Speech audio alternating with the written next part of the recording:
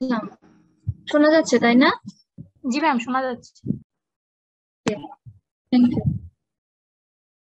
আজকে জেনেটিক্স ক্লাসটা আমি এবং রাশেদ হোসেন স্যার নেবেন।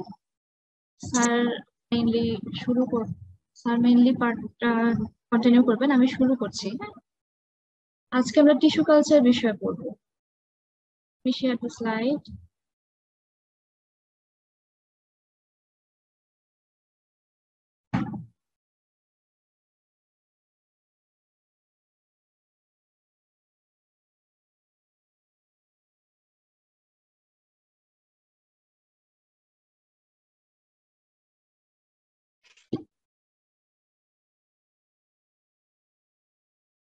স্ক্রিন দেখা যাচ্ছে?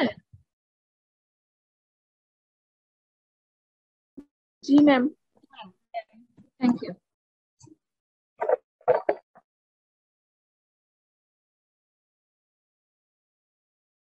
আজকে আমরা টিস্যু কালচার বিষয়ে পড়বো। তো আসো প্রথমে জানি যে what is tissue culture. Ma'am ক্লাসটা রেকর্ড করলে ভালো হতো ma'am.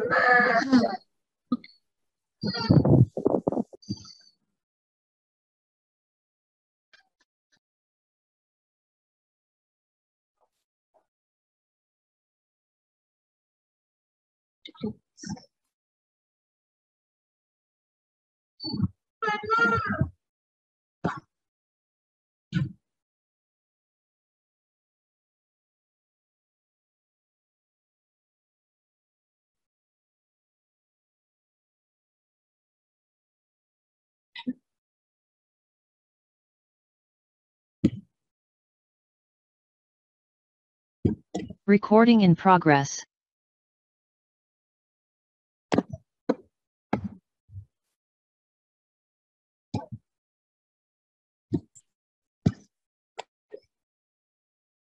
Now starting what is tissue culture. আমরা জানি মোটামুটি আমাদের ধারণা আছে টিস্যু কালচার কি। আমরা সরাসরি ডেফিনেশনে যাচ্ছি, যে ডেফিনেশনটা আমরা আসলে কিভাবে লিখতে পারি। হ্যাঁ, দেখো প্রথমে বলা হচ্ছে the aseptic culture of plant tissue, cells or organs in vitro. এতটুকুই হচ্ছে ডেফিনেশন।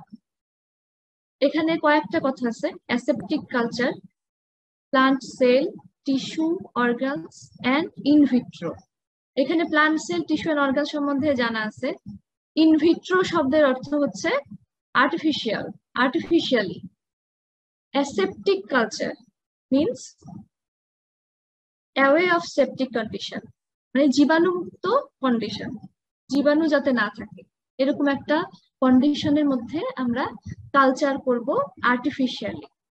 প্লান্ট সেল, টিস্যু বা অর্গানকে আর্টিফিশিয়ালি যদি জীবাণুমুক্ত কোনো কালচারে, আর্টিফিশিয়াল কালচার মিন্স মিডিয়া হচ্ছে যেখানে নিউট্রিশনাল কম্পাউন্ড একটা প্লান্টের গ্রোথের জন্য, অথবা টিস্যু কালচার তোমরা জানো যে প্লান্ট অ্যানিমেল দুই ক্ষেত্রেই হয়। আমরা যেহেতু প্লান্ট নিয়ে আলোচনা করছি সেজন্য প্লান্ট বলছি। প্লান্টের গ্রোথের জন্য যা যা দরকার সেই সবকিছু নিউট্রিশনাল ম্যাটেরিয়াল যে মিডিয়ার মধ্যে থাকবে সেটাকে বলা হচ্ছে মিডিয়া। ওটাকে আমরা কালচারও বলছি, যখন আমরা সেটাকে ইনভিট্রো গ্রোথের জন্য ইউজ করব সেটাকে আমরা বলছি কালচার। জীবাণুমুক্ত মিডিয়াতে আর্টিফিশিয়ালি কালচার করব সেটা হচ্ছে আমাদের টিস্যু কালচার। প্লান্ট করলে প্লান্ট টিস্যু কালচার। বলা হচ্ছে which leads to cell multiplication or regeneration of organs or whole plant.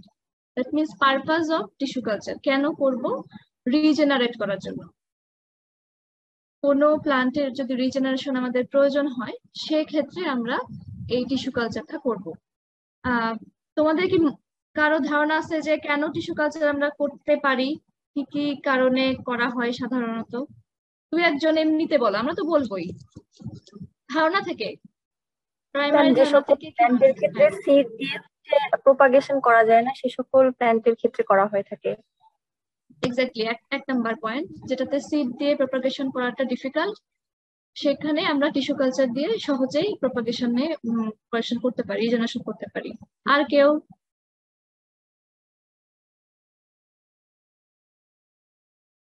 তোমরা আছো না ঘুমাচ্ছ?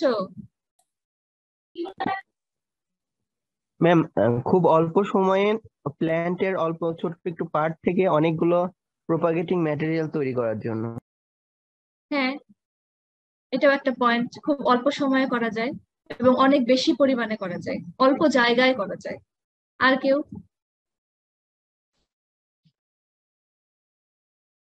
আরো অনেক পয়েন্ট আছে, একটু চিন্তা করো তো দেখি। মাদার প্ল্যান্টের মতো প্ল্যান্ট পাওয়া যায় হুবহু। Yes, true to type plant পাওয়া যায়, একদম মাদার প্ল্যান্টের মতো, কোনো ধরনের ভ্যারিয়েশন আসবে না।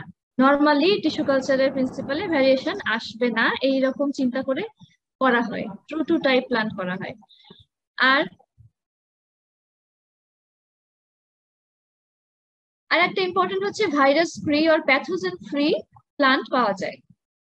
প্যাথোজেন ফ্রি প্ল্যান্ট সহজে পাওয়া যায়, যেটা আমরা নর্মালি ফিল্ডে গ্রো করলে প্যাথোজেন কিছু থাকেই, সেই জিনিসটা থেকে রক্ষা পাওয়ার জন্য। ওকে, আমরা অনেক কিছু জেনে গেছি, এখন আসো যে একটু বেসিক টেকনিক্স অফ বায়োটেকনোলজি। বায়োটেকনোলজির দুইটা বেসিক টেকনিক হচ্ছে টিস্যু কালচার এবং ট্রান্সফরমেশন। সেই টিস্যু কালচার নিয়ে আমরা এখন ইন ডিটেলস জানবো। তার মধ্যে কিছু টার্ম আমাদের প্রথমে জানতে হবে। এক নাম্বার হচ্ছে টটিপোটেন্সি। তোমরা শুনেছো এর আগে? ইলেকটিভ কোর্স ছিল কারো? হ্যাঁ, বলো একটু, যারা একটু জানো একটু শেয়ার করো আমাদের সেল সাথে। Division ability of a plant cell. Regeneration capacity of a cell.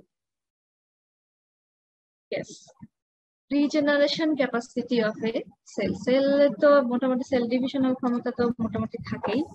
Regeneration capacity, যখন একটা প্ল্যান্টকে সুইটেবলি স্টিমুলেটেড করা হয় নতুন ভাবে রিজেনারেট করার জন্য, এবং তার যদি সেই ক্যাপাসিটিটা থাকে, সেই ক্যাপাসিটিকে বলা হচ্ছে টটিপোটেন্সি। দেখো কিছু কথা আছে, potential or inherent capacity of a plant cell to develop into an entire plant if suitably stimulated. মানে আমাদের সিড দরকার নাই, যে কোনো অংশ, প্লান্ট পাতা হতে পারে, ফুল হতে পারে, রুটস হতে পারে, যে কোনো একটা অংশ দিয়ে আমরা সেটাকে রিজেনারেট করতে পারি, একটা হোল প্লান্টে রূপান্তর করে দিতে পারি। Then differentiation. ডিফারেন্সিয়েশন হচ্ছে capacity of a mature cell to return to meristematic cell. সাধারণত বলা হয় টটিপোটেন্সি ম্যাক্সিমাম থাকে মেরিস্টেমেটিক সেলে। মেরিস্টেমেটিক সেল সবচেয়ে বেশি টটিপোটেন্ট, এদের বেশি ক্ষমতা থাকে রিজেনারেট করার। কিন্তু যদি কোনো ম্যাচিউর সেল, যে ক্ষমতা ম্যাচিউর সেলকে তার মেরিস্টেমেটিক কন্ডিশনে আবার ফিরে যাওয়ার যে ক্ষমতা, সেটা হচ্ছে ডিফারেন্সিয়েশন, আবার ফিরে যাবে সে। and development of a new growing point followed by redifferentiation, which is the ability to recognize, reorganize into new organ. তো সে একটা অর্গান হয়েছিল, সে আবার ব্যাক করবে, ব্যাক করে মেরিস্টেমেটিক কন্ডিশনে যাবে, গিয়ে আবার নতুন করে সে একটা নতুন অর্গানে পরিণত হবে। এই যে ক্যাপাসিটি, এটাকে বলা হয়, এই প্রসেস, এটাকে বলা হয় ডিফারেন্সিয়েশন। এক্সকিউজ মি, আদাব স্যার। স্যার এসেছে আমাদের মধ্যে। উপমা কন্টিনিউ করো, তুমি এই স্লাইডটার পরে স্লাইডটা কন্টিনিউ করো, আমি আছি। Thank you sir. আচ্ছা, একটা জিনিস, এই স্টুডেন্টরা এত কম কেন? 153 মাত্র, তার আরো তো অনেক বেশি হওয়ার কথা না? স্যার আমি যখন শুরু করেছি 105 ছিল, 105 ছিল। না, তোমরা বলতে পারবে নাকি মানে ঘটনা কি? হ্যাঁ, একটু বলো। তার সামনে এক্সাম, আমাদের ফাইনাল এক্সামের ডেট হয়েছে 1 তারিখ থেকে, এই জন্য কম হয়তো। তোমাদের ডেট কবে থেকে হয়েছে? 1 তারিখ থেকে? এই জন্য তোমরা তো কম। আচ্ছা উপমা, কম কম পড়িয়ে ছেড়ে দিবা আজকে, মানে শুরু করো। সাড়ে 6টা কন্টিনিউ করি, শেষ করে দিই sir. Then competency, the endogenous potential of a given cell or tissue to develop into a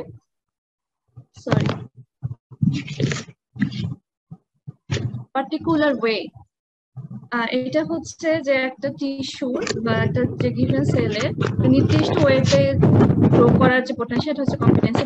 plasticity হচ্ছে উল্টা, টটিপোটেন্সির উল্টা হচ্ছে plasticity. The ability of a plant to endure extreme condition by changing growth and development of plant growth. আমরা যে stimuli দেই বা কোন একটা আর্টিফিশিয়াল এনভায়রনমেন্ট সেট করি তাকে চেঞ্জ হওয়ার জন্য, কোন একটা সেলকে আমরা শুট বা রুট হওয়ার জন্য যে ফোর্স করি, সেই ফোর্সটাকে বলা হচ্ছে যে আমরা যদি এক্সট্রিম কন্ডিশন দিই, কোন সেলের যে অ্যাবিলিটি এক্সট্রিম কন্ডিশনে যে সে টিকে থাকবে, সে চেঞ্জ হবে না, এই টিকে থাকার প্রবণতাটা হচ্ছে প্লাস্টিসিটি। স্যার আপনি পরে কন্টিনিউ করেন আমার আচ্ছা মনে হয়। আচ্ছা আচ্ছা আচ্ছা ঠিক আছে, ওকে। আমি একটা কাজ করি, তুমি স্লাইড শেয়ারটা অফ করো, আমি আমার থ্যাংক স্লাইডটা ইউ শেয়ার স্যার। করি তাহলে, ওকে হ্যাঁ। Okay sir.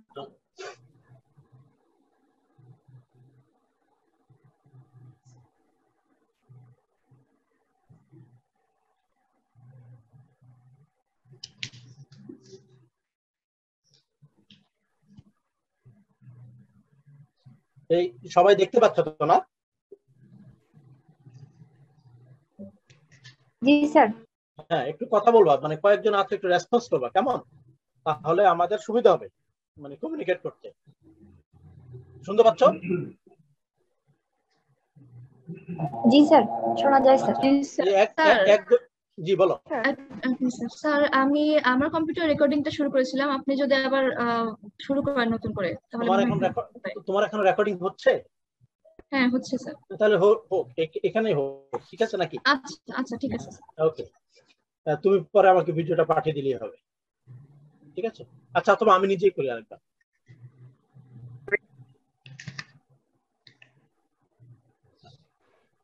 এই স্টুডেন্টরা আরো কথা বলো, তোমরা কয়জন আছো দেখি ক্লাসে? এত কম কেন, আমি এটাই বুঝতে পারছি না। স্যার আজকে বৃষ্টি হচ্ছে তো অনেকে মনে হয় ঘুমাচ্ছে স্যার। স্যার অনেক আচ্ছা এলাকায় হয়তো নেটওয়ার্কেরও সমস্যা হচ্ছে, যারা এখনো বাসায় তাদের নেটওয়ার্কেরও একটু প্রবলেম আছে, এরকম ওয়েদারে একটু সমস্যা হয়েছে। আচ্ছা আচ্ছা আচ্ছা, আমি তোমাদের সাথে একটা বিষয় একটু আলাপ করি ক্লাসে ঢোকার আগে, কেমন? এই মানে গতকালকে আমি আমাদের এগ্রিকালচারের সকল লেভেলের অ্যাটেন্ডেন্স গুলা মানে একটু অ্যানালাইসিস করে দেখলাম, বিশেষ প্রয়োজন ডিপার্টমেন্টের প্রয়োজন। আমি দেখলাম তোমাদের শুধু লেভেল 4 এ যারা আছে, কেমন, তোমাদেরই শুধু মানে জেনুইন নাম্বার পাওয়া যাচ্ছে। তোমাদের টোটাল স্টুডেন্ট কতজন তোমরা? স্যার 320 স্যার এখন 320 এর কাছাকাছি। আচ্ছা, হ্যাঁ, তোমাদের নাম্বারটা পাচ্ছে এরকম, কিন্তু অন্যান্য লেভেলে দেখা গেল যে এক একটা ক্লাসে অ্যাটেন্ডেন্স 400, মানে অনেক বেশি হয়ে যায়, 400, 410, 380, 395। এটা কি জন্য হয় বলতে পারবা তোমরা? মানে স্টুডেন্টের চেয়ে অ্যাটেন্ডেন্স বেশি হয় কিভাবে? তোমাদের কোনো ধারণা আছে কি? স্যার মনে হয় এক একজনে দুইটা ডিভাইস দিয়ে ঢুকে হয়তোবা। আচ্ছা আচ্ছা, সেটা হইতে পারে। আর কোনো কিছু মানে তোমাদের প্র্যাকটিসটা জানতে চাচ্ছি আর। স্যার আমাদের ব্যাচ থেকে রিয়াদ বেশি নিয়েছিল, অন্য ব্যাচ গুলো থেকে মানে রিঅ্যাডমিশন কম নিচ্ছে এখন। মেডিকেলে 5 মার্ক করে কেটে নেয় পরের বার, তো তাই রিঅ্যাডমিশনটা কম নিচ্ছে, ওখানে স্টুডেন্ট বেশি থাকছে এজন্য। আচ্ছা আচ্ছা আচ্ছা, লিংকেও ঢুকে যাওয়ার একটা চান্স থাকে, সেক্ষেত্রেও অ্যাটেন্ডেন্স, আমরা তো লিংকে ঢুকলে অ্যাটেন্ডেন্সটা চলে আসে, তো ফুল লিংকে ঢুকে গেলেও সেক্ষেত্রে অ্যাটেন্ডেন্স চলে আসতে পারে। সরি, তোমার কথাটা আরেকবার বলো তো, আমি বুঝতে চেষ্টা করি। আর আমাদের হচ্ছে 4টা লেভেলের অ্যাটেন্ডেন্সের যে লিংক গুলো সেগুলো একসাথে দেওয়া ছিল, তো অনেকে হয়তো বা লেভেল 4 এর লিংকে ঢুকতে গিয়ে লেভেল 3 তে ঢুকে যায় বা 2 তে ঢুকে যায়, এরকম ভাবে ওকে ওকে ওকে, ঠিক আছে ঠিক আছে, আমি কিছুটা ধারণা পেয়েছি। আচ্ছা, তো আমাদের মোটামুটি তো মনে হচ্ছে 4-2 এর প্র্যাকটিক্যাল ক্লাসের সবই শেষ হয়ে যাওয়ার কথা, তাই না? হ্যাঁ, এটা কি লাস্ট ক্লাস তাহলে, তাই না? বলতে পারবা কেউ? তোমাদের হাইব্রিডাইজেশন টেকনিক দেখিয়েছে?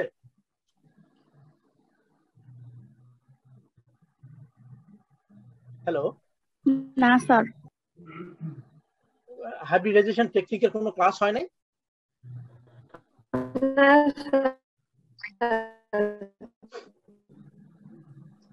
আচ্ছা, তাহলে তোমাদের হাইব্রিডাইজেশন টেকনিক্যাল ক্লাস মনে হয় বাকি আছে। আচ্ছা, এনিওয়ে, আমরা আজকের ক্লাসে যেমনটা উপমা শুরু করলো যে আমরা টিস্যু কালচার নিয়ে আলাপ করি। হ্যাঁ, টিস্যু কালচার শুনতে মনে হয় অনেক জটিল কিছু, কিন্তু খুবই সিম্পল জিনিস। উপমা খুব প্রিন্সিপাল গুলো আলাপ করেছে। আসলে আমরা কিছু টার্মিনোলজি সম্পর্কে একটু জেনে নিই। তোমরা কি স্লাইডটা দেখতে পাচ্ছ?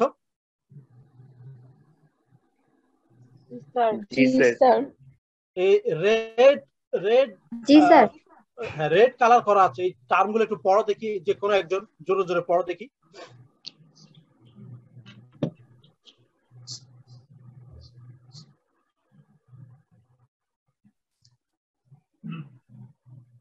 Sir explant, culture, callus, subculture, clones of soma clone, clonal propagation, soma clonal variation, regeneration, and contamination. Contamination. এই পেজে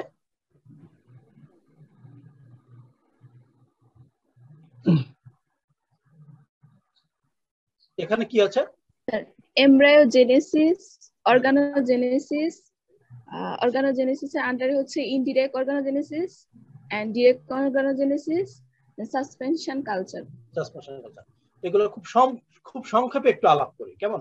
এক্সপ্লান্ট, প্ল্যান্টের যেই টিস্যুটা নিয়ে, তোমাকে ধন্যবাদ, তুমি চমৎকার করেছো। প্ল্যান্টের যেই টিস্যুটা নিয়ে আমরা কালচারটা শুরু করব সেটাকে বলা হচ্ছে এক্সপ্লান্ট। ক্যালাস তোমরা জানো, ক্যালাসের একটা বাংলা মিনিং আছে, সায়েন্টিফিক মিনিং ছাড়া। ক্যালাসের বাংলা মিনিংটা কি জিনিস কেউ জানো নাকি? উদাস টাইপ মনে হয় নাকি? উদাস মানে লেগার, কোনো কাজ করে না, মানে বললো কিছু হয় না, এরকম আর কি। আমরা সাধারণত এদেরকে ক্যালাস বলি, তাই না? কিন্তু টিস্যু কালচারে ক্যালাস হলো আনডিফারেন্সিয়েটেড মাস অফ সেলস। তোমরা দেখো নিচে 3 নাম্বার ছবিটা দেখতে পাচ্ছ কিনা জানি না, কেমন? যখন আমরা এই সিড বসাই সেখান থেকে দেখা যাচ্ছে কিছুদিন পরে ক্যালাস হয়, সেই ক্যালাসটা প্রলিফারেট করে একেবারে আনডিফারেন্সিয়েটেড মাস অফ সেলস হয়, সেটাকে আমরা বলছি ক্যালাস। কেমন? কালচার মানে হলো আমরা যখন ইনভিট্রো কোনো টিস্যুকে ইনভিট্রো অবস্থায় কালচার করি সেটাকে বলছে কালচার করা, গ্রো করার টেকনিক হলো কালচার। সাব কালচার হলো আমরা অনেক সময় এই ক্যালাসটাকে ভেঙে বা সেপারেট করে সেভারাল সাব কালচার করি, আবার কালচার করি, সেটাকে বলছে সাব কালচার। তারপর ক্লোন তো তোমরা বুঝো যে একবারে আইডেন্টিক্যাল কপি, সেটাকে বলে ক্লোন। এই টিস্যু কালচারের মাধ্যমে যেহেতু একটা ইন্ডিভিজুয়াল সেল থেকে অনেকগুলো একটা টিস্যুর অনেক সেল থেকে অনেকগুলো প্ল্যান্ট তৈরি হওয়ার সম্ভাবনা থাকে, সেই জন্য এটাকে বলা হচ্ছে ক্লোনস অথবা সোমাটিক ক্লোনস বা সোমা ক্লোনস। ক্লোনাল প্রপাগেশন এটা তো তোমরা জানোই। সোমা ক্লোনাল ভেরিয়েশন হলো অনেক সময় একই টিস্যু থেকে প্রাপ্ত প্ল্যান্ট গুলা থেকে কিছু ভেরিয়েশন দেখা যেতে পারে। কেমন? একই টিস্যু থেকে প্রাপ্ত প্ল্যান্ট গুলো থেকে টিস্যু কালচারের মাধ্যমে যদি আমরা প্ল্যান্ট গ্রো করতে পারি, সেভারাল প্ল্যান্টস, দেখা যায় যে তাদের মধ্যে কিছু ভেরিয়েশন থাকতে পারে। তখন আমরা এই ভেরিয়েশনটাকে বলছি সোমা ক্লোনাল ভেরিয়েশন, অর্থাৎ একই ধরনের সোমাটিক সেল থেকে পাওয়া ক্লোন গুলার মধ্যে ভেরিয়েশন, এটাকে বলছি সোমা ক্লোনাল ভেরিয়েশন। রিজেনারেশন তোমরা অলরেডি বুঝে গেছো যে আমরা একটা পার্টিকুলার টিস্যু থেকে ক্যালাস পাবো, সেখান থেকে যদি একটা ইন্ডিভিজুয়াল প্ল্যান্ট রিজেনারেট করে সেটাকে আমরা বলছি রিজেনারেশন। আর কন্টামিনেশন হলো একটা খুবই ইম্পর্টেন্ট একটা টার্ম টিস্যু কালচারের ক্ষেত্রে। আমরা যখন কালচার করব যে কোনো পর্যায়ে যদি কোনো আনওয়ান্টেড ফাঙ্গাল বা ব্যাকটেরিয়াল গ্রোথ হয় সেটাকে আমরা বলছি কন্টামিনেশন। কন্টামিনেশন হলে আমাদের টিস্যু কালচারটা ফেল করে। আমরা আরো ডিটেলস আলাপ করবো সামনে, জাস্ট শুনতে থাকো। তাহলে আমরা এখানে আলাপ করলাম explant, culture, callus, sub culture, soma clones, clonal propagation, soma clonal variation, regeneration and contamination. এবার হচ্ছে এমব্রায়োজেনেসিস এবং অর্গানোজেনেসিস। তোমরা এগুলো সব জানো কিন্তু আসলে, কেমন? এমব্রায়োজেনেসিস হলো, খেয়াল করে দেখো আমাদের টিস্যু কালচারে যখন আমরা একটা পার্টিকুলার টিস্যু, এটা সিড হইতে পারে, লিফ হইতে পারে, পেটিউল হইতে পারে, স্টেম সেগমেন্ট হইতে পারে, রুট সেগমেন্ট হইতে পারে, সেখানে যখন আমরা বসাই অনেক সময় আমরা ক্যালাস পাই। ক্যালাস পাওয়ার পরে এই টিস্যুটা এবং ক্যালাসটা কোনোটা কি এমব্রায়োজেনিক ছিল? এমব্রায়োজেনিক টিস্যু ছিল? একটু কাইন্ডলি একটু রেসপন্স করবা, তাহলে তোমার মানে বুঝতে পারি আর কি আমরা। না স্যার, না, কিন্তু আমরা যখন টিস্যু কালচারে কাজটা করব, এই গ্রোথ মিডিয়ার ইনফ্লুয়েন্সে এই ক্যালাসটা যেটা এমব্রায়োজেনিক ছিল না, সেখানে কিছু কিছু সেল এমব্রায়োজেনিক হয়ে যাবে। কেমন? এই প্রসেসটাকে বলা হচ্ছে এমব্রায়োজেনেসিস। মানে সোমাটিক সেলে এমব্রায়োজেনেটিক প্রপার্টি পেয়ে যাবে, সেটাকে আমরা বলছি এমব্রায়োজেনেসিস। আর এই এমব্রায়ো থেকে যদি এটা একটা সোমাটিক সেল ছিল, সেখান থেকে এমব্রায়োজেনেসিস হয়ে এমব্রায়োয়েড তৈরি হলো, সেখান থেকে ইন্ডিভিজুয়াল প্ল্যান্টলেট আস্তে আস্তে তৈরি হচ্ছে, বিভিন্ন অর্গান তৈরি হচ্ছে, এই অর্গান তৈরি হওয়ার প্রসেসটাকে বলছে অর্গানোজেনেসিস। এটা আবার দুই রকমের হতে পারে, একটা হলো ডাইরেক্ট এবং ইনডিরেক্ট। ডাইরেক্ট হলো তোমার যে এক্সপ্যান্ডটা ছিল, ফর এক্সাম্পল একটা স্টেম সেগমেন্ট বা লিফ পেটিওল সেগমেন্ট, সেইটা তুমি ইয়েতে বসানোর পর, কালচারে বসানোর পর সেখান থেকে যদি সরাসরি প্ল্যান্ট রিজেনারেট করতে থাকে তাকে আমরা বলছি ডাইরেক্ট অর্গানোজেনেসিস। আর অনেক সময় আগে একটা ক্যালাস ফর্ম হয় তোমার টিস্যু থেকে, সে ক্যালাস থেকে কিছু সেল এমব্রায়োজেনিক হয়ে সেখান থেকে অর্গান ডেভেলপ করতে থাকে, সেটাকে আমরা বলছি ইনডিরেক্ট অর্গানোজেনেসিস। তাহলে ডিরেক্ট কোনটা? এখানে একটু ভুল আছে। ডিরেক্ট হলো এক্সপ্ল্যান্ট থেকে যদি সরাসরি অর্গানোজেনেসিস শুরু হয় সেটা হলো ডিরেক্ট অর্গানোজেনেসিস। আর ইনডিরেক্ট হলো এক্সপ্ল্যান্ট থেকে আগে ক্যালাস হবে, সেই ক্যালাস থেকে যদি কিছু সেল মেরিস্টেমেটিক প্রপার্টি হোল্ড করে সেখান থেকে যদি ইন্ডিভিজুয়াল প্ল্যান্ট রিজেনারেট করতে থাকে সেটা বলে হচ্ছে ইনডিরেক্ট অর্গানোজেনেসিস। এবার একটা সাসপেনশন কালচার। অনেক আমাদের আমাদের প্ল্যান্টের ক্ষেত্রে সাধারণত আমরা যে টিস্যুটা ব্যবহার করি না কেন সেখান থেকে আমরা ডিরেক্টলি তোমার ক্যালাস পেয়ে যেতে পারি। কিন্তু অনেক সময় দেখা যায় যে বিশেষ করে এনিমেলের ক্ষেত্রে বা অনেক ক্ষেত্রে আমাদের প্ল্যান্টেরও যদি আমরা এই লুজ ক্যালাস যদি থাকে, খুবই লুজ ক্যালাস, সেই ক্যালাসটাকে যেটাকে ফ্রাইয়েবল ক্যালাস বলে, সেই ক্যালাসটাকে আমরা কি করি, একটা সাসপেনশনে এটাকে আরো লুজ করে ফেলি, ভেঙে ফেলি, তাহলে ইন্ডিভিজুয়াল সেলগুলো সেপারেট হয়ে যায়।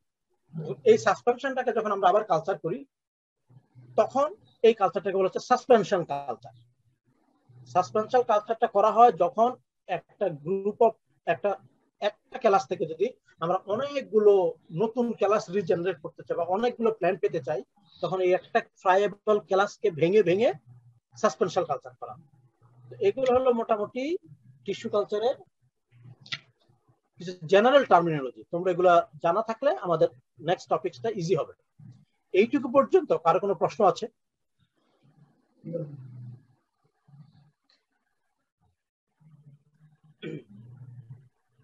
একটু রেসপন্স করো, রেসপন্স না করলে মানে কঠিন হয়ে যায়। এইটুকু পর্যন্ত কারো কোনো প্রশ্ন আছে? না স্যার। আচ্ছা, সোমা ক্লোনাল ভেরিয়েশনটা কেউ আমাকে একটু বুঝাই দিতে পারবা? Soma clonal variation. Sir, somatic sell থেকে যে আমরা ক্লোন গুলা পাই তাদের মধ্যে যে ভেরিয়েশন থাকে, মানে আইডেন্টিক্যাল, মানে নরমালি তো ক্লোন মানে হচ্ছে আইডেন্টিক্যাল কপি, কিন্তু তাদের মধ্যে যদি ভেরিয়েশন থাকে তখন সেটাকে বলে ক্লোন ভেরিয়েশন। আচ্ছা, থ্যাংক ইউ বদরুন্নেসা। আরেকজন বলো তো, এই সোমা ক্লোনাল ভেরিয়েশনটা কেন হয়? এটা তো হওয়ার কথা না।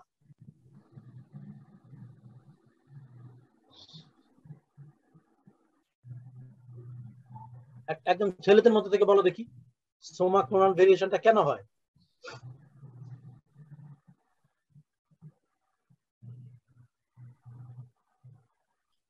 কোনো ছেলে নাই?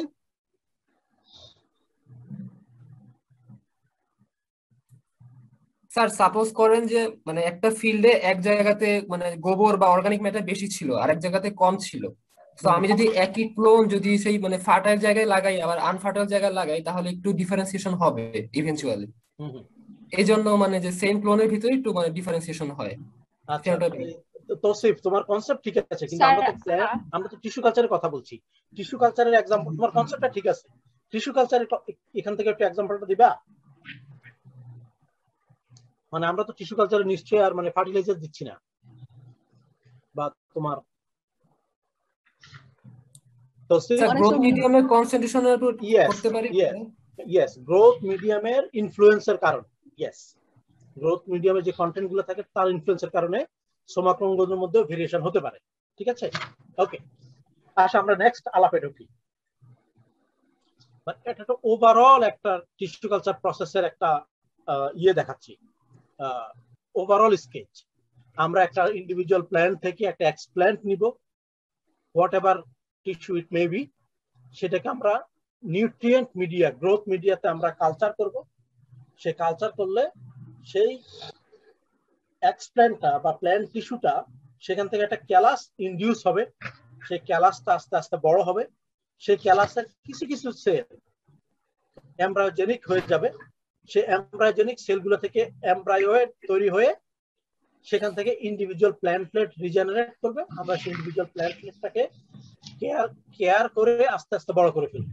তাহলে আমরা একটা প্ল্যান্ট পার্ট থেকে টিস্যু কালচারের মাধ্যমে আমরা একটা প্ল্যান্টলেট পাবো। এটা হলো কমন একটা ইয়ার টিস্যু কালচারের একটা কমন বিষয়। এখন ক্যালাসের ক্ষেত্রে অনেক সময় ক্যালাসটা ইনডিউস হয়, এখানে তিনটা স্টেজ থাকে ক্যালাসের। একটা হলো ইনডাকশন, জাস্ট তোমার টিস্যু থেকে ক্যালাসটা ইনডিউস হবে।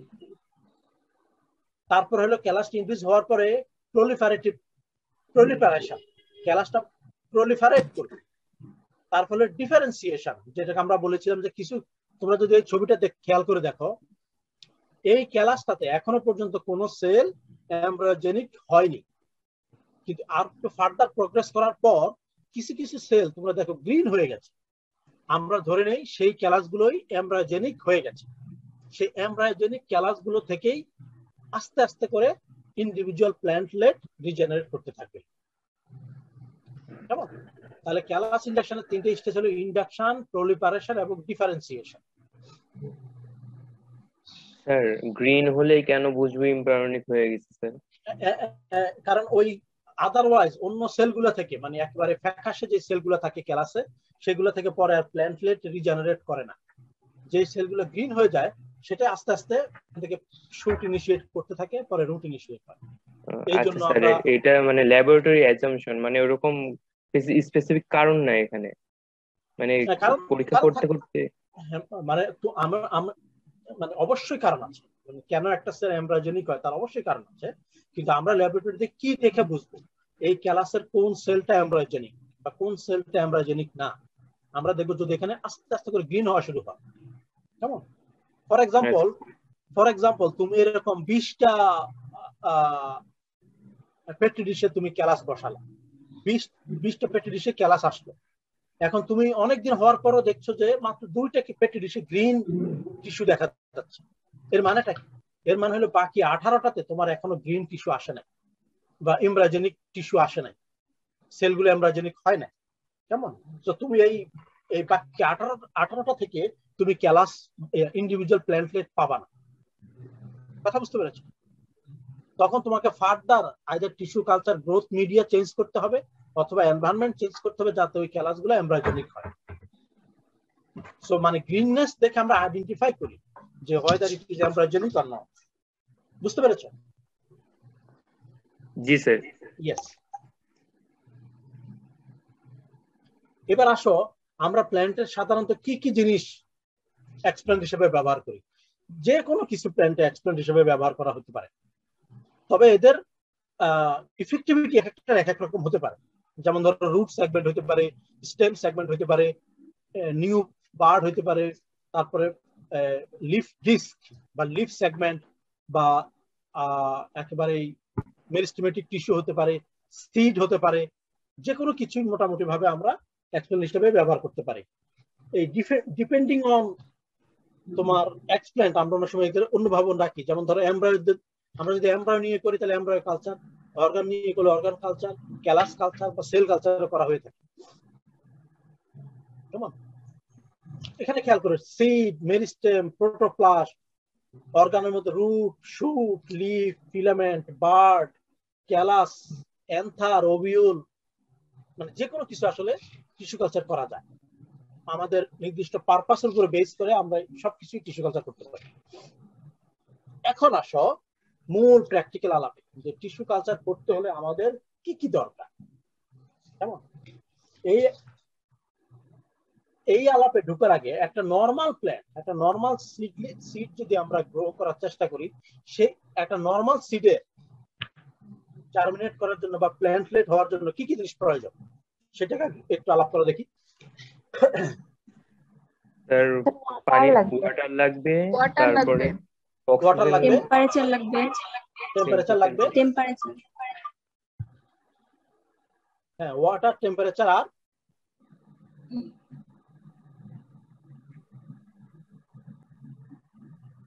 আমি শুনতে পাচ্ছি না, বলো।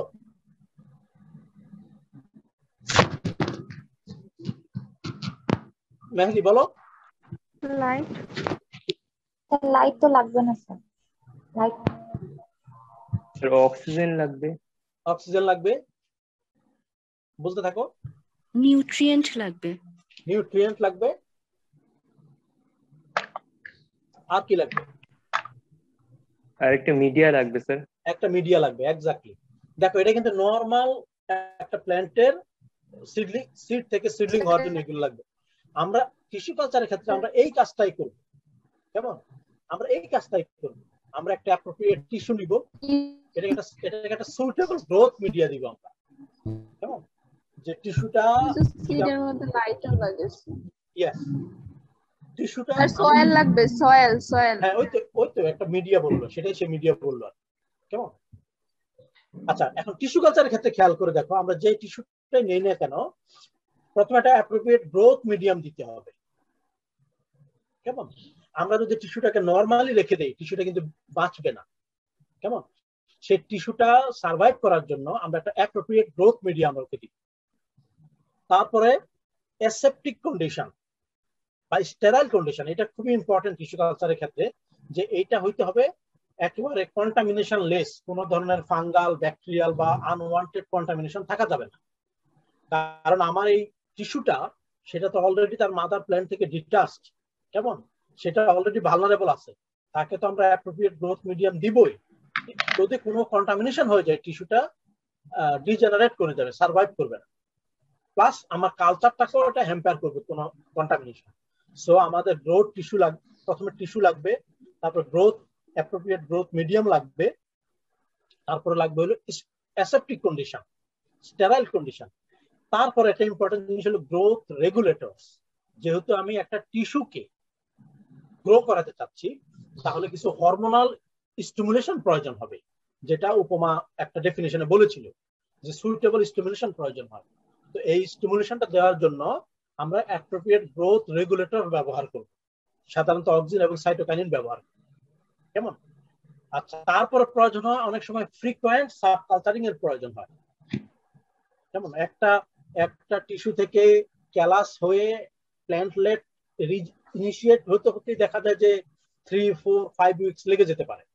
তখন অনেক সময় দেখা যায় যে গ্রোথ মিডিয়াটা নিউট্রিয়েন্ট গুলো ডিপ্লেট করে যায়, শেষ হয়ে যায়। তখন আমরা ফার্দার সাব কালচার করার প্রয়োজন হতে পারে। তারপর যখন আমাদের প্ল্যান্টটা রিজেনারেট করবে, তখন আমাদের এই প্ল্যান্টটা, যেটা টিস্যু কালচার খুবই খুবই কনভিনিয়েন্ট এনভায়রনমেন্টে টিস্যু কালচারের গ্রোথ রুমে গ্রো হচ্ছে, সেই প্ল্যান্টটা হার্ডেন্ড করে নিতে হবে before transplanting two real field. কেমন?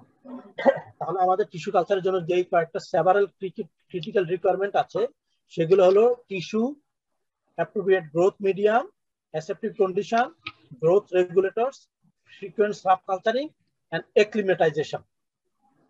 কথাটা বুঝতে পেরেছো তোমরা?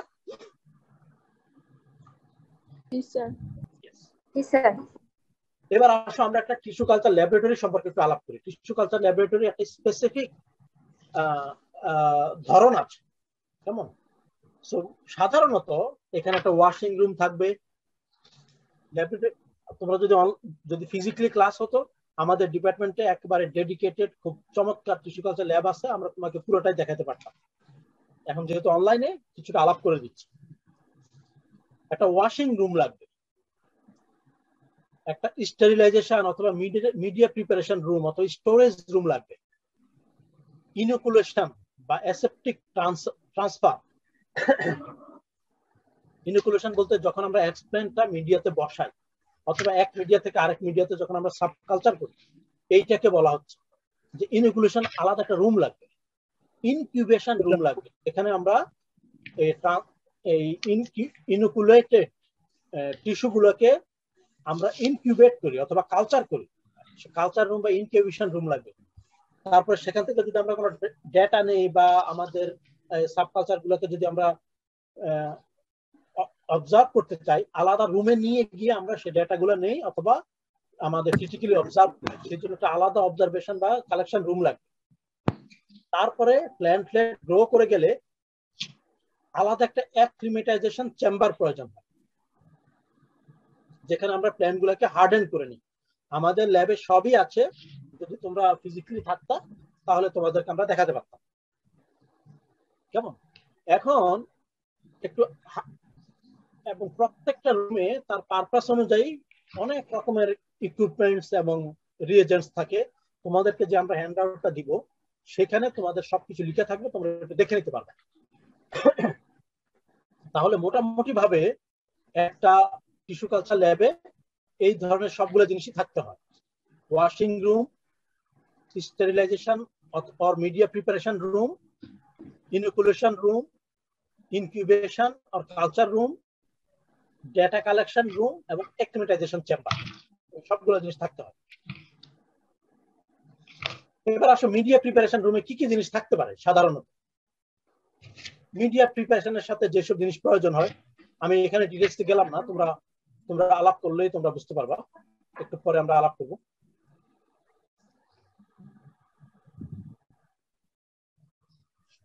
এখন এই টিস্যু কালচারের সাকসেস ডিপেন্ড করে কিন্তু তিনটা জিনিসের উপরে। একটা হলো গ্রোথ মিডিয়া, তুমি কি গ্রোথ মিডিয়া দিলা, সেখানে কি হরমোন ইউজ করলা, কি কার্বন সোর্স ইউজ করলা, কি মিনারেল ইউজ করলা, গ্রোথ মিডিয়ার কম্পোজিশনের উপরে। এনভায়রনমেন্টাল ফ্যাক্টর যেমন light, temperature, photo period, sterility, এইগুলোর উপরে ডিপেন্ড করে। এবং এক্সপ্ল্যান্ট সোর্স, তুমি কোন সোর্স থেকে এক্সপ্ল্যান্ট নিচ্ছ, লিফ সেগমেন্ট, পেটিওল, ফিলামেন্ট, তারপরে স্টেম, রুট, কোন সেগমেন্ট থেকে নিচ্ছ তার উপরে বেস করে ভেরিয়েশন হতে পারে। মিডিয়া, এনভায়রনমেন্টাল ফ্যাক্টরস এবং এক্সপ্ল্যান্ট সোর্সের উপর বেস করে tissue culture media success very করতে পারে। তাহলে আমরা আগে আসো মিডিয়া সম্পর্কে একটু আলাপ করি। মিডিয়াটা আমরা কেন ব্যবহার করি? এটা আমাদেরকে ওয়াটার সাপ্লাই করে, মিনারেল নিউট্রিশন, ভিটামিনস এবং গ্রোথ রেগুলেটর গুলো আমরা দিই, এগুলো সাপ্লাই করে। নানা রকমের গ্রোথ মিডিয়া পাওয়া যায়।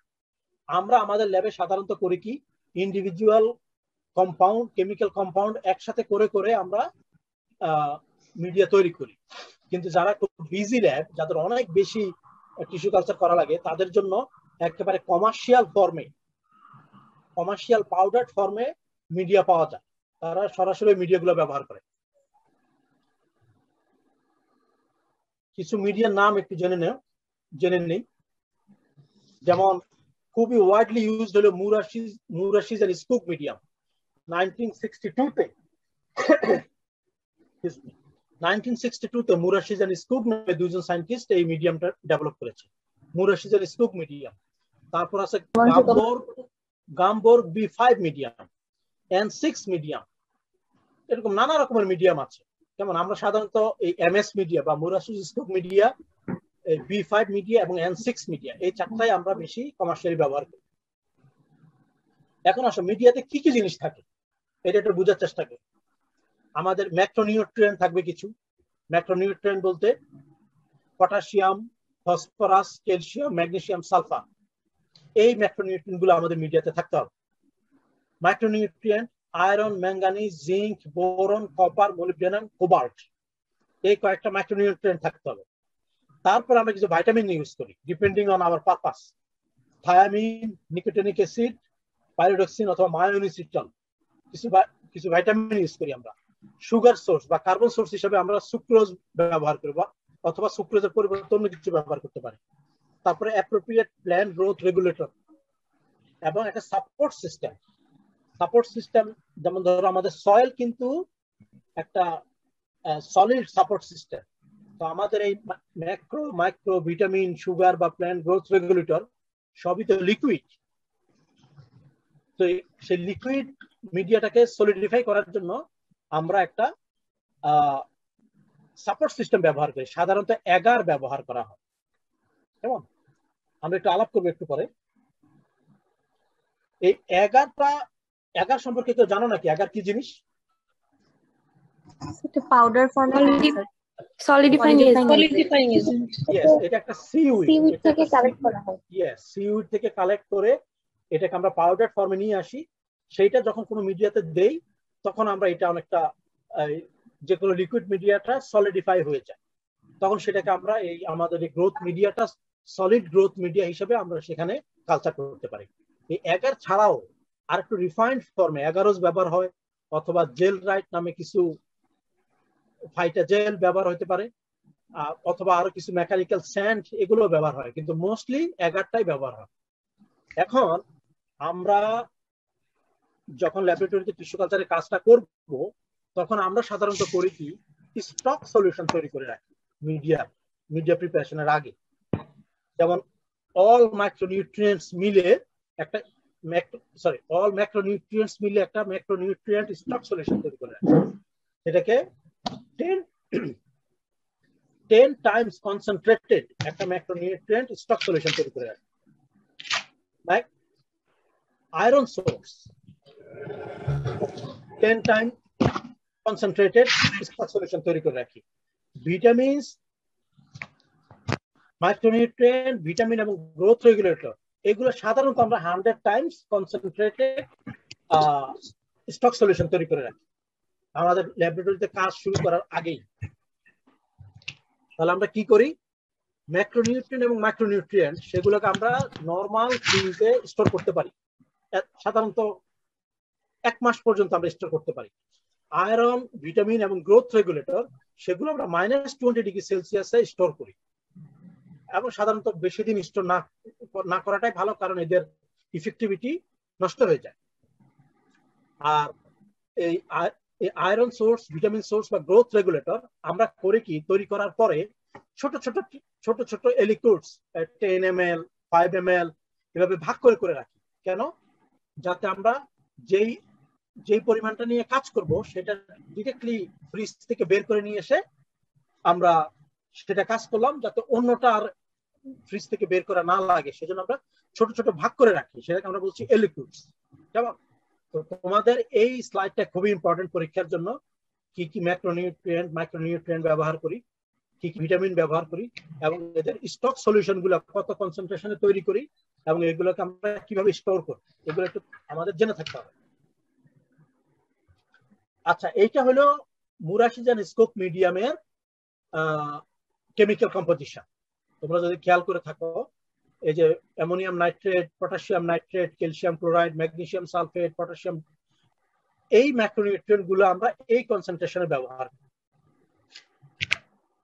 মাইক্রোনিউট্রিয়েন্টের ক্ষেত্রে আমরা manganese sulphate, zinc sulphate, potassium iodide, cupric sulphate, sodium molybdate, cobalt, boric acid আমরা ব্যবহার করি। এই হলো তাদের কনসেন্ট্রেশন। ভিটামিনের ক্ষেত্রে nicotinic acid, thymine hydrochloride, pyridoxine hydrochloride, glycine ব্যবহার করি। আয়রন সোর্স একটা ইম্পর্টেন্ট জিনিস, সোডিয়াম, ইডিটিএ এবং ফেরাস সালফেট ব্যবহার করি। তারপরে আমরা সুক্রোজ এবং মাইনোসিটল ব্যবহার করি কার্বন সোর্স হিসাবে। মুরাশিজান স্কোপ মিডিয়ামের কম্পোজিশনটা হলো অনেকটা এরকম। তোমাদের ঠিক পরীক্ষায় আসবে না ডিরেক্টলি, কিন্তু এখান থেকে মাইক্রোনিউট্রিয়েন্ট বা ভিটামিন গুলো আমরা কি কি ব্যবহার করি সেগুলা নানা ফর্মে আসতে পারে। এইটুকু পর্যন্ত বুঝতে পারছো তো না?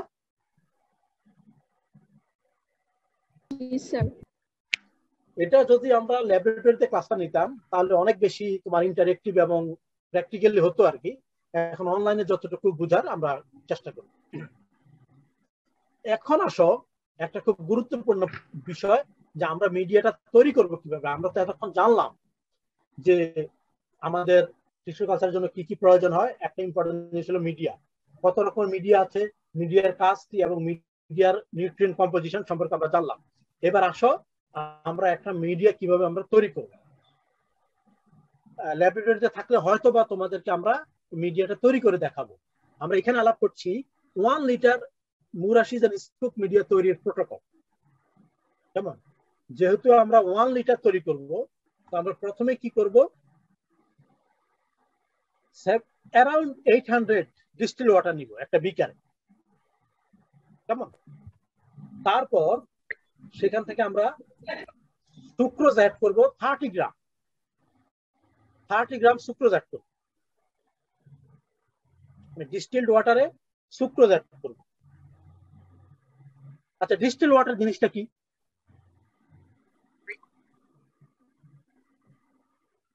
কে বলতে পারবা? Sir, sterilised water. Distil water মানে সেখানে শুধুমাত্র H2O থাকবে, অন্য কোনো মিনারেল থাকবে না, এক্স্যাক্টলি ম্যাগনেসিয়াম শুধুমাত্র ওয়াটার থাকবে। এক্স্যাক্টলি অন্য কোনো নিউট্রিয়েন্ট বা মিনারেল থাকবে না, শুধুমাত্র পানি থাকবে, এটাকে বলে ডিস্টিলড ওয়াটার। এখন সেটাকে যদি আমরা অটোক্লেভ বা স্টেরাইল করে দেন, এটাকে আমরা স্টেরাইল ডিস্টিলড ওয়াটার বলতে পারবো। কেমন? আচ্ছা, এটার কারণটা হলো যাতে আমাদের একেবারে নিউট্রাল পানি যাতে আমরা পাই, এখানে যাতে ফার্দার কোনো অন্য কোনো মিনারেল এলিমেন্ট যাতে না থাকে। তারপর পানির মধ্যে আমরা মিশালাম কি সুক্রোজ, 30 গ্রাম সুক্রোজ মিশালাম। তারপরে আমরা ম্যাক্রোনিউট্রিয়েন্ট, মাইক্রোনিউট্রিয়েন্ট এবং আয়রন সোর্সটা অ্যাড করলাম। কেমন? মোটামুটি ভাবে খেয়াল করে দেখো, তাহলে আমাদের পানি হইলো, কার্বন সোর্স হইলো, ম্যাক্রোনিউট্রিয়েন্ট, মাইক্রোনিউট্রিয়েন্ট এবং আয়রন সোর্স আমাদের মিশানো হয়ে গেল। তারপর আমরা যেটা করি, এগার মিশাই। এবার আমরা এগার দিই। কেমন? এগার দেওয়ার পর আমাদের সকল মিডিয়ার কম্পোনেন্ট কিন্তু অলমোস্ট চলে আসছে। এখানে একটা গুরুত্বপূর্ণ জিনিস হলো আমাদের পিএইচ চেক করা, কারণ আমাদের কালচার মিডিয়াতে একটা কনস্ট্যান্ট পিএইচ মেনটেন করতে হয় ডেফিনেটলি, কারণ আদারওয়াইজ পিএইচ এর উপরে বেস করে তোমার এক্সপ্যান্ডটা ঠিক টিস্যু কালচারটা ক্যারাস ফর্ম হবে কিনা, এমব্রয়েড ফর্ম হবে কিনা, এটা এফেক্টেড হয়। সো আমরা পিএইচটা সাধারণত 5.7 5.8 এ অ্যাডজাস্ট করে নিই। পিএইচটা যদি উপরে থাকে তাহলে অ্যাসিড দিয়ে পিএইচটাকে আমরা নিচু কমিয়ে নেই, আর পিএইচটা যদি 5.7 এর কম থাকে তাহলে আমরা অ্যালকোহল বা সোডিয়াম হাইড্রোক্সিল বা এই অ্যালকোহল ইউজ করে আমরা ক্যালাসটাকে 5.8 এর মধ্যে অ্যাডজাস্ট করে নিই। কেমন? তাহলে আমরা কি করলাম এই পর্যন্ত? Water, sucrose, macronutrient, micronutrient, iron source দিলাম, এগার দিলাম, তারপর আমরা পিএইচ অ্যাডজাস্ট করে নিলাম।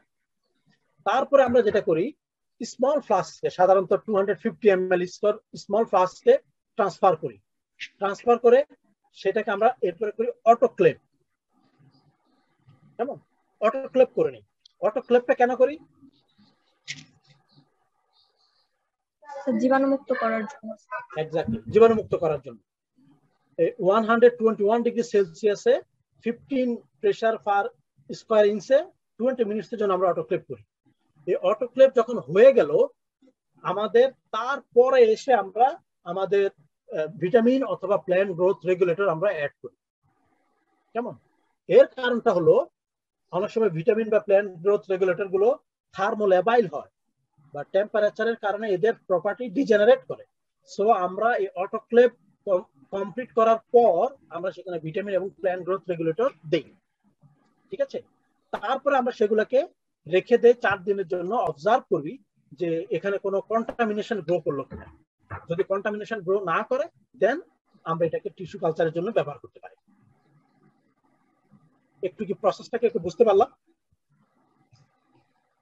জি স্যার। জি স্যার।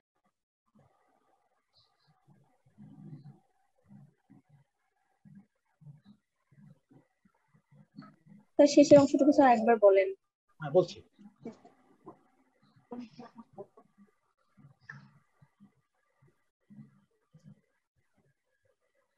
আমরা ওয়াটার নিলাম, 700 ওয়াটার নিলাম। আমরা যদি 1 লিটার বানাতে চাই আমরা শুরুতে করব কি, অ্যারাউন্ড 800 ডিস্টিল ওয়াটার নিব।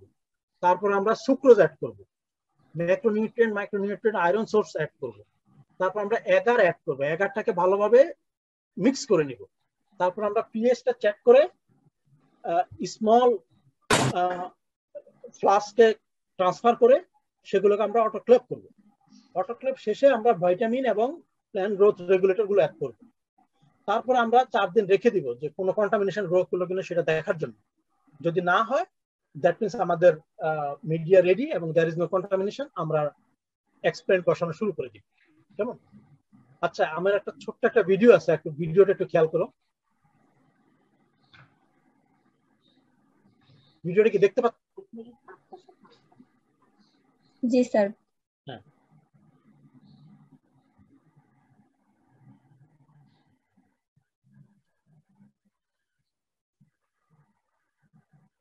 না সরি, এই ভিডিওটা না, আমার একটা টিস্যু কালচার মিডিয়া প্রিপারেশন একটা ভিডিও ছিল।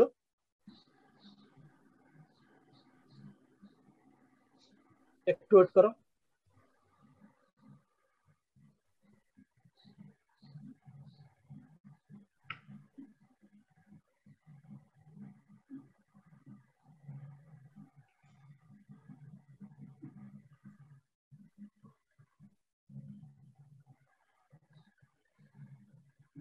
আচ্ছা, খুব ভালো কোনো, তোমরা কি ভিডিওটা দেখতে পাচ্ছ?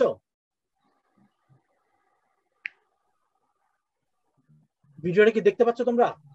জি স্যার, বাট ভিডিও চলছে না। হ্যাঁ, চলছে না, ইয়েস। আচ্ছা, এটা খুব মানে খুবই এক্সেলেন্ট কোনো ভিডিও না, জাস্ট কিছু স্টুডেন্ট ল্যাবরেটরিতে কাজ করছে তাদের কিছু ভিডিও।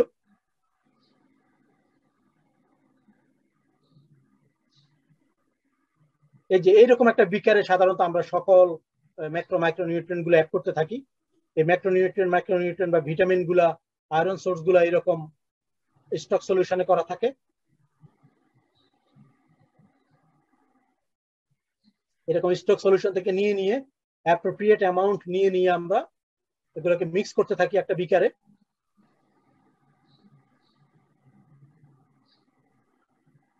তারপরে সেটাকে আমরা এই যে অটোক্লেভ করি।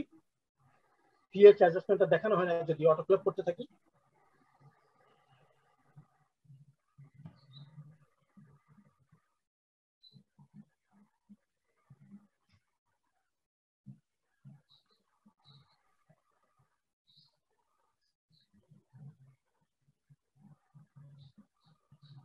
অটোক্লেভ করার পর সেগুলোকে আমরা স্টোর করে রেখে দেই। আচ্ছা, এরপর যখন আমরা এক্সপ্লেনটাকে ট্রান্সফার করব, এক্সপ্লেনটাকে প্রিপেয়ার করব, সেটা আমরা করব ইনকিউবেশন রুম। আপাতত মিডিয়া প্রিপারেশনটাতে আমরা থাকি।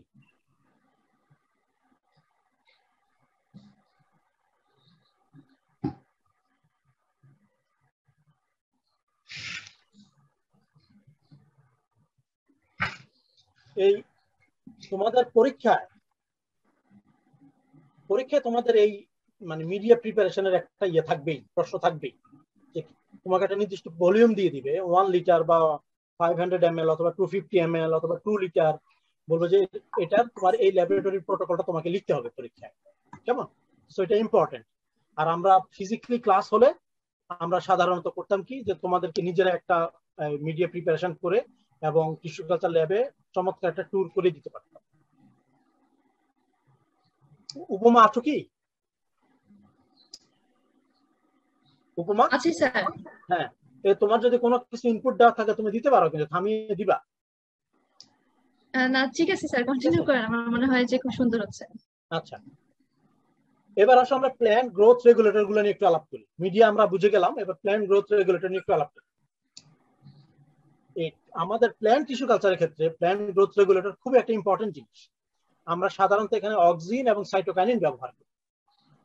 যেমন অক্সিন হিসাবে 2,4-D, indole acetic acid, indole butyric acid, naphthalene acetic acid, এই কয়েকটা খুব বেশি ব্যবহৃত হয়, কেমন? আর সাইটোকাইনিন হিসাবে বিএপি, কাইনিটিন, জিয়াটিন, এগুলো আমরা খুব বেশি ব্যবহার করি, কেমন? এখন এই অক্সিন এবং সাইটোকাইনিন কোনটা কি কাজ করে স্টুডেন্টদের মধ্যে থেকে কেউ বলতে পারবা? স্যার, সাইটোকাইনিন সেল ডিভিশনে হেল্প করে আর অক্সিন হচ্ছে গ্রোথে হেল্প করে। আর কেউ কিছু বলবা?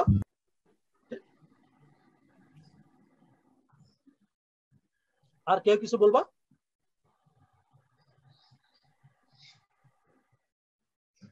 আমাদের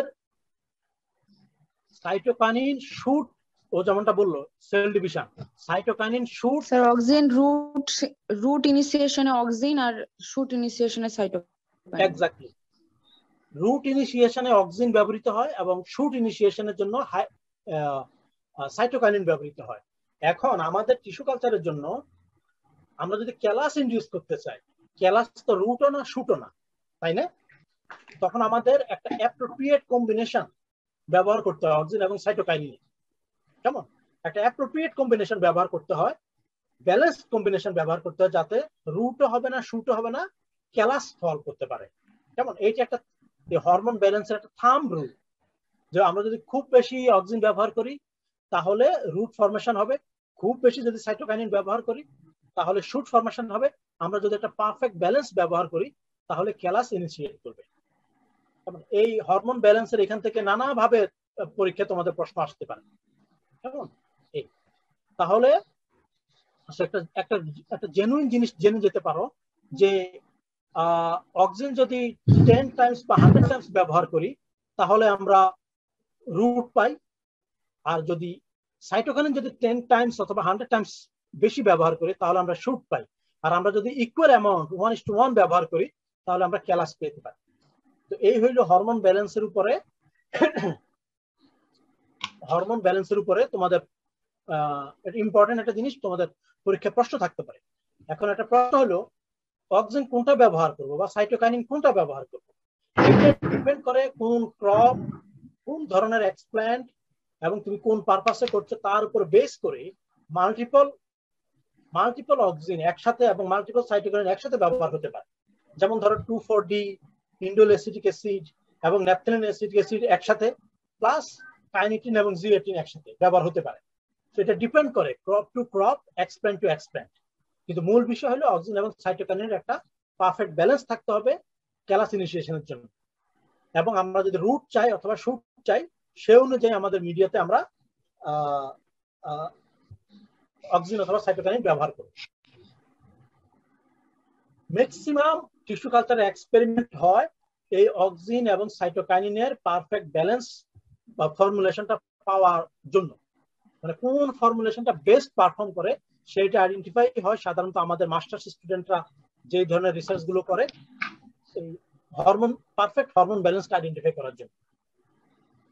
অনেক থিসিস আছে, আমার নিজের মাস্টার্স থিসিস তোমার টিস্যু কালচারের উপরে, আমাদের অনেক চমৎকার থিসিস আছে এই তোমার টিস্যু কালচারের হরমোন ব্যালেন্সের উপরে। আচ্ছা, পিএস মিডিয়ার কথা বলে দিলাম, তাহলে আরেকবার একটু রিক্যাপ করি। আসো, মানে আমাদের শুরু হলো, পড়া শেষ হয় নাই, মাঝামাঝি আসছি আমরা। এই প্ল্যান্ট টিস্যু কালচারের জেনারেলাইজড ল্যাবরেটরি প্রোটোকল, এটা একটু আলাপ করি। তো আমরা অলরেডি জানলাম যে টিস্যু কালচারের কিছু টার্মিনোলজি জানলাম, এটার কি কি ফ্যাক্টর এটা এফেক্টেড হয় জানলাম, এটা রিকোয়ারমেন্ট গুলো জানলাম, এবং মিডিয়া সম্পর্কে মোটামুটি ভাবে আমরা মিডিয়ার সোর্স এবং মিডিয়ার কম্পোজিশন এবং প্রিপারেশন সম্পর্কে আমরা জানলাম। এবার আসো আমরা ওভারঅল ল্যাবরেটরিতে আমাদের ওভারঅল টিস্যু কালচারের কাজটা আরেকবার একটু ওভারভিউ নিই। স্টেরিলাইজেশন খেয়াল করবো, আমাদের টিস্যু কালচারের জন্য এটা খুবই চ্যালেঞ্জিং বিষয় এবং খুবই ইম্পর্টেন্ট বিষয়। আমরা যত কিছু ব্যবহার করব সবকিছু স্টেরিলাইজ করে রাখবো, আমাদের সারফেস, ইকুইপমেন্টস, কেমিক্যালস, এমনকি নিজেদের হাত যা নিয়ে আমরা কাজ করবো সবকিছু, যত গ্লাস ওয়্যার, যত ইকুইপমেন্টস, সবকিছু আমাদের স্টেরিলাইজ করে রাখতে হবে, কেমন? তারপরে হলো মিডিয়া প্রিপারেশন, আমরা শুরুতে সবকিছু স্টেরিলাইজ করে রাখবো, তারপরে মিডিয়া প্রিপারেশন করব, তারপর আমরা করব ইনোকুলেশন। ইনোকুলেশন হলো আমরা এক্সপ্ল্যান্টটাকে প্রিপেয়ার করব এবং মিডিয়াতে প্লেস করব। তারপরে ইনকিউবেশন, আমরা সেই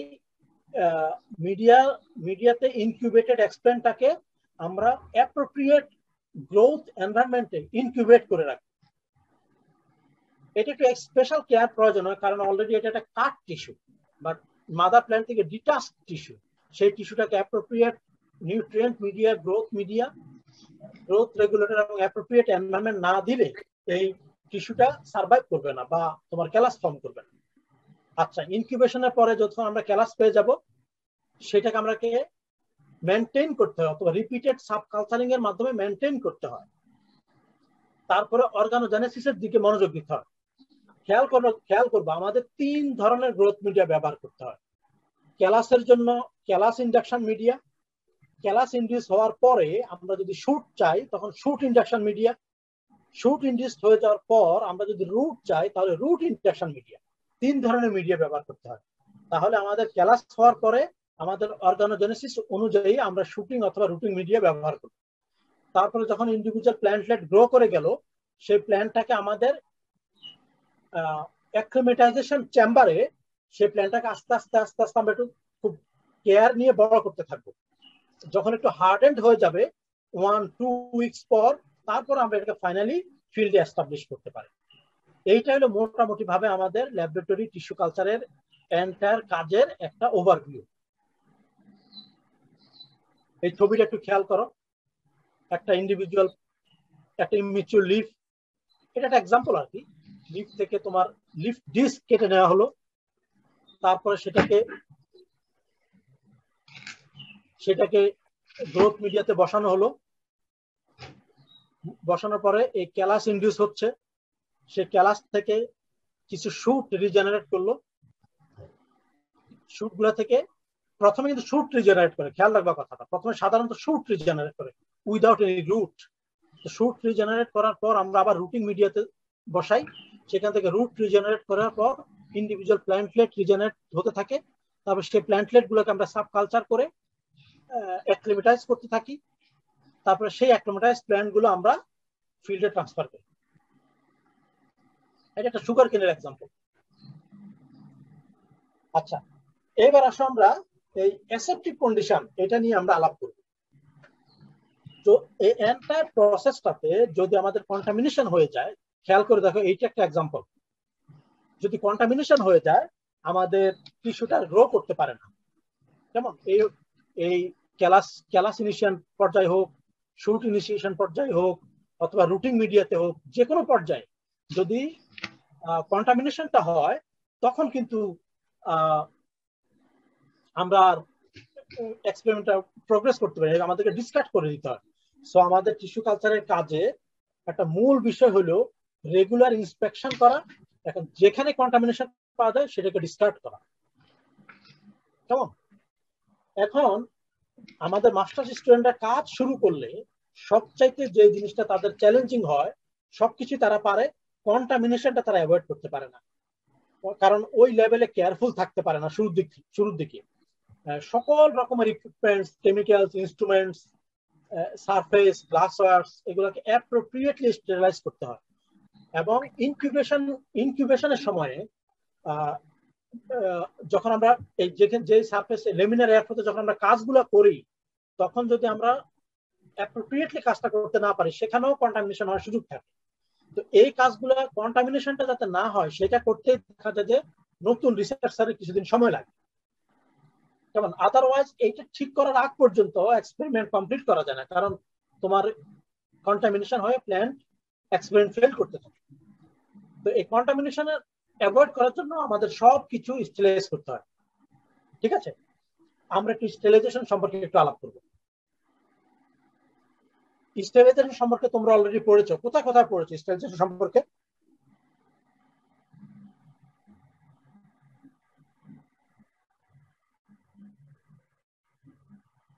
শুনতে পাচ্ছ? জি স্যার। কথা বলো তোমরা। কথা বলো। প্যাথোলজিতে পড়েছি। হ্যাঁ, কোথায় পড়েছো? প্যাথোলজিতে। প্যাথোলজিতে। আর কোথায়? সয়েল সায়েন্সে ছিল। সয়েল সায়েন্সে। কেমিস্ট্রিতে ছিল। কেমিস্ট্রিতে ছিল, ইয়েস। আমরা সেই স্টেরিলাইজেশন সম্পর্কে খুব সংক্ষেপে একটু আলাপ করছি। স্যার, কন্টামিনেশন নিয়ে একটা কোশ্চেন আছে স্যার। ইয়েস, বলো। ডেফিনেটলি। স্যার, এই কন্টামিনেশন কি বিভিন্নবার বিভিন্ন ধরনের হয়, না একই ধরনের কন্টামিনেশন হয়? এই নিয়ে কি কোনো ইয়ে আছে স্যার? যদি একই ধরনের কন্টামিনেশন হয়, মানে গ্রোথ মিডিয়া তো প্রায় একই থাকে, তো একই ধরনের কন্টামিনেশন হইলে আমরা ওইটার কেন মানে কন্টামিনেশনটা মেরে ফেলার জন্য কোনো ইয়া ইউজ করতেছি না, আপনার কোনো অ্যান্টিবায়োটিক বা ওদের মেরে ফেলার জন্য ইউজ করলে তো এতটা কেয়ারফুল থাকা লাগে না, যদি কন্টামিনেশনটা কমন হয় আর কি, যেহেতু গ্রোথ মিডিয়া আর কি। আচ্ছা, তুমি একটা চমৎকার প্রশ্ন করেছো। কেমন? আমাদের এইখানে যে কন্টামিনেশন গুলো হয়, এগুলা নানা রকমের কন্টামিনেশন হয়। আমরা অবশ্যই স্টাডি করে দেখি নাই, কিন্তু নানা রকমের কন্টামিনেশন হয়। এই কন্টামিনেশন গুলো অ্যাভয়েড করার জন্য আমরা অ্যান্টিবায়োটিক ব্যবহার করি না। কেমন? এখন অ্যান্টিবায়োটিক কিন্তু টিস্যু কালচারটা, তোমরা আমাদের উপমা মিস প্রথমে যখন যে আলাপটা করেছিল, যে আমাদের বায়োটেকনোলজি রিসার্চের দুইটা মেজর কাজ হলো টিস্যু কালচার এবং প্ল্যান্ট জেনেটিক ট্রান্সফরমেশন। কেমন? এই ট্রান্সফরমেশনে যখন আমরা জিন ট্রান্সফার করি, সেইখানে আমরা কিছু অ্যান্টিবায়োটিক রেজিস্ট্যান্ট জিন ব্যবহার করা হয়। সেই অ্যান্টিবায়োটিক রেজিস্ট্যান্ট জিনের এগেইনস্টে কিছু স্পেসিফিক অ্যান্টিবায়োটিক ব্যবহার করা হয়, জিন ট্রান্সফার এক্সপেরিমেন্টের সময়। তার আগে আমরা কোনো অ্যান্টিবায়োটিক ব্যবহার করি, কেমন? কারণ অ্যান্টিবায়োটিক ব্যবহার করলে স্পেসিফিক জিন ট্রান্সফার এক্সপেরিমেন্টের ক্ষেত্রে আমাদের পারপাসফুলি আমরা অ্যান্টিবায়োটিক ব্যবহার করি। জিন ট্রান্সফারের সময়ে আমরা স্পেসিফিক অ্যান্টিবায়োটিক রেজিস্ট্যান্ট জিনও ট্রান্সফার করি, সেটাকে চেক করার জন্য আমরা একটা স্পেসিফিক অ্যান্টিবায়োটিক ব্যবহার করি, সেটা ভিন্ন কথা। কিন্তু তার আগে আমরা কোনো অ্যান্টিবায়োটিক ব্যবহার করি না। কারণ হলো সেটা আমাদের গ্রোথ মিডিয়ার সাথে তোমার গ্রোথ মিডিয়াটাকে ডিস্টার্ব করবে, সেজন্য আমরা সাধারণত কোনো অ্যান্টিবায়োটিক ব্যবহার করি, আমরা অ্যাসেপ্টিক কালচার কন্ডিশনটাকে ফলো করি। মানে আমি বলতে চাচ্ছিলাম স্যার যে আপনার আমি যতগুলো স্লাইড দেখলাম তো সব মানে কন্টামিনেশন ক্ষেত্রে ফাঙ্গাল গ্রোথই দেখা যাচ্ছে। ইয়েস। তো এটা স্টাডি করা দরকার মেবি যে ফাঙ্গাল গ্রোথটা আসলে কোন ধরনের, তাহলে আমরা ওইভাবে ফাঞ্জিসাইড ইউজ করতে পারি কিনা, তাহলে মানে সাকসেস রেটটা বেড়ে যেতে পারে। না তুমি একটা জিনিস খেয়াল করো, তোমার কনসেপ্টটাকে আমি অ্যাপ্রিশিয়েট করছি, কারণ তোমার থটসটাকে আমি অ্যাপ্রিশিয়েট করছি, তোমার আইডিয়াটা, এরকম আইডিয়াটা ভালো। আমরা এখানে কেন ফাঞ্জিসাইড বা পেস্টিসাইড বা অ্যান্টিবায়োটিক ব্যবহার করি না? আমাদের কিন্তু একেবারে এটা একটা ডেলিকেট বিষয়, আমাদের একটা কাট টিস্যু থেকে প্ল্যান্ট রিজনের একটা ডেলিকেট বিষয়। সেখানে আমরা যদি মানে ফাঞ্জিসাইড বা অ্যান্টিবায়োটিক পেস্টিসাইড নিয়ে আসি, আমাদের কিন্তু যে অ্যাপ্রোপ্রিয়েট গ্রোথ এনভায়রনমেন্টটা সেটা কিন্তু হ্যাম্পার হচ্ছে। সো আমরা এটা করি না, টিস্যু কালচারের ক্ষেত্রে এটা করে না। আর তুমি এই স্লাইড গুলো দেখে তোমার কাছে মনে হচ্ছে একই ধরনের কন্টামিনেশন, আসলে না। প্র্যাকটিক্যালি যখন কাজ করবে দেখা যায় নানা রকমের কন্টামিনেশন আসতে পারে। কথা বুঝতে পেরেছো? সো স্পেসিফিক করা যাচ্ছে। জি স্যার। ঠিক আছে, ওকে। আচ্ছা, এবার আসো আমরা এই স্টেজের সম্পর্কে ময়েস্ট হিট, তোমরা জানো যে অটোক্লেভ দিয়ে আমরা করি, আমাদের ল্যাবরেটরিতে এই ধরনের অটোক্লেভ থাকে। ড্রাই হিট আমরা যখন গ্লাস ওয়্যার বা আমাদের কোনো মেটালিক ইনস্ট্রুমেন্ট যখন আমরা ইউজ করি, তখন সাধারণত আমরা এগুলোকে ড্রাই হিট দিয়েও আমরা স্টেরিলাইজ করে নেই। এইটা একটা ইম্পর্টেন্ট, মেমব্রেন স্টেরিলাইজেশন। তোমরা খেয়াল করে দেখবা, আমরা যখন গ্রোথ মিডিয়াতে যখন আমরা ভিটামিন এবং প্ল্যান্ট গ্রোথ রেগুলেটর অ্যাড করেছিলাম, গ্রোথ হরমোনস, আমরা কিন্তু আগে মিডিয়া প্রিপেয়ার করেছি, অটোক্লেভ করেছি, তারপরে এসে আমরা মানে অটোক্লেভ করার পরে এসে আমরা হরমোন দিয়েছি। কেন অটোক্লেভ করার আগে কেন আমরা হরমোন দিতে পারি নাই? স্যার হরমোনটা স্যার ভেঙে যেতে পারে বা নষ্ট হয়ে যেতে পারে টেম্পারেচারের কারণে। থার্মোলাইবাইল। এখন এই হরমোনটা তো আমাদের স্টেরিলাইজ করতে হবে, হরমোন বা ভিটামিন যাই হোক না কেন আমাদের স্টেরিলাইজ করতে হবে, তাই না? সেটাকে কিন্তু আমরা ড্রাই হিট বা ময়েস্ট হিট দিয়ে স্টেরিলাইজ করতে পারছি না, তখন সেটাকে করা হয় মেমব্রেন স্টেরিলাইজেশন। এই ধরনের এক রকমের সিরিঞ্জের মাথায় একটা মেমব্রেন ফিল্টার পাওয়া যায়। আমরা এই সিরিঞ্জের ভিতরে আমাদের হরমোনটা নিয়ে এই মেমব্রেন ফিল্টারের মাধ্যমে যদি আমরা ফিল্টার করি, দেন যদি কোনো ধরনের কন্টামিনেশন থেকে থাকে, ফাঙ্গাল ব্যাকটেরিয়াল যদি কন্টামিনেশন থেকে থাকে, সেটা ফিল্টার আউট হয়ে যাবে। কেমন?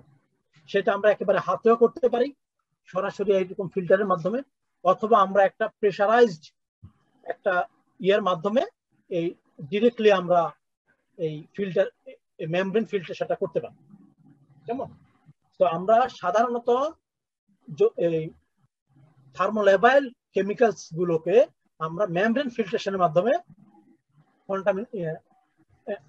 স্টেরিলাইজ করে নিই। কেমন? আচ্ছা, এখন এই যে একটা জেনারেল বিষয় হলো আমরা আচ্ছা এখন কিছু কেমিক্যাল স্টেরিলাইজেশন সম্পর্কে একটু আলাপ করছি। কেমিক্যাল স্টেরিলাইজেশন আমরা নানা ধরনের কেমিক্যাল ব্যবহার করি, তোমরা বাই দিস টাইম জানো। Sodium hypochloride, calcium hypochloride, ethanol, mercury chloride, hydrogen peroxide, silver nitrate, bromine water, এই সব কিছু আমরা ব্যবহার করতে পারি। এখন কোন পারপাসে কোনটা ব্যবহার করব তার উপরে ডিপেন্ড করে এদের কনসেন্ট্রেশন এবং এদের অ্যাপ্রোপ্রিয়েটনেস আমরা এবং ডিউরেশন, কত কনসেন্ট্রেশনে এবং কত ডিউরেশনে আমরা ব্যবহার করব স্টেরিলাইজেশনের জন্য, সেটা ডিপেন্ড করে কি স্টেরিলাইজ করছি, সেই ম্যাটেরিয়ালটা কি এবং কোন পারপাসে করছি। ঠিক আছে? আচ্ছা, এখন এই ধরনের কেমিক্যাল গুলো করেটা কি আসলে? এরা করে কি, তোমার ধরো এই ফাঙ্গাল অথবা ভাইরাল ব্যাকটেরিয়াল প্রোটিনটাকে ডিজেনারেট করে, ডিসরাপ্ট করে এবং এদের মাইক্রো অর্গানিজম গুলোর এনজাইম অ্যাক্টিভিটি গুলোকে হ্যাম্পার করে দেয়। দ্যাট মিনস এই প্রোটিন ডিজেনারেট করে, তারপরে মেমব্রেন সেল মেমব্রেনটাকে ডিসরাপ্ট করে এবং এনজাইম অ্যাক্টিভিটিকে ড্যামেজ করে দিয়ে মাইক্রো অর্গানিজম গুলোকে কিল করে ফেলে। এটা হলো কেমিক্যাল স্টেরিলাইজিং এজেন্টের কাজ। আচ্ছা, ইদানিং খুব একটা স্টেরিলাইজেশন নিয়ে কাজ হচ্ছে সারা পৃথিবীতে, কি জিনিস এটা বলতে পারবে না? আমাদের কোভিড নিয়ে স্যার। কোভিডে যে বারবার হাত ধোয়ার কথা বলা হচ্ছে, এটা কি জিনিস? এই হাত ধোয়াটাই কিন্তু স্টেরিলাইজেশন। খেয়াল করে দেখবা, এই হাত ধোয়াটাই কিন্তু স্টেরিলাইজেশন। কেমন? এই আমরা কি দিয়ে কোভিডের জন্য আমাদেরকে কি দিয়ে হাত ধুতে বলা হচ্ছে?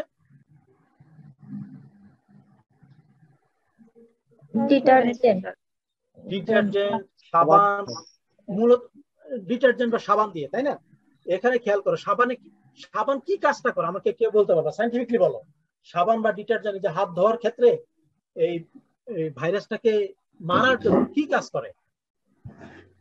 স্যার প্রোটিন কোডটাকে ডিসলভ করে ফেলতেছে, মানে ডিসলভ করে ফেলতেছে। এই যে দেখো, প্রোটিনটাকে ডিসরাপ্ট করছে, তাই তো? তাই না? জি স্যার। এখন সাবানের কোন জিনিসটা প্রোটিনটাকে ডিসরাপ্ট করে বলো দেখি আমাকে। Sodium hydroxide. Yes, alcohol. এখানে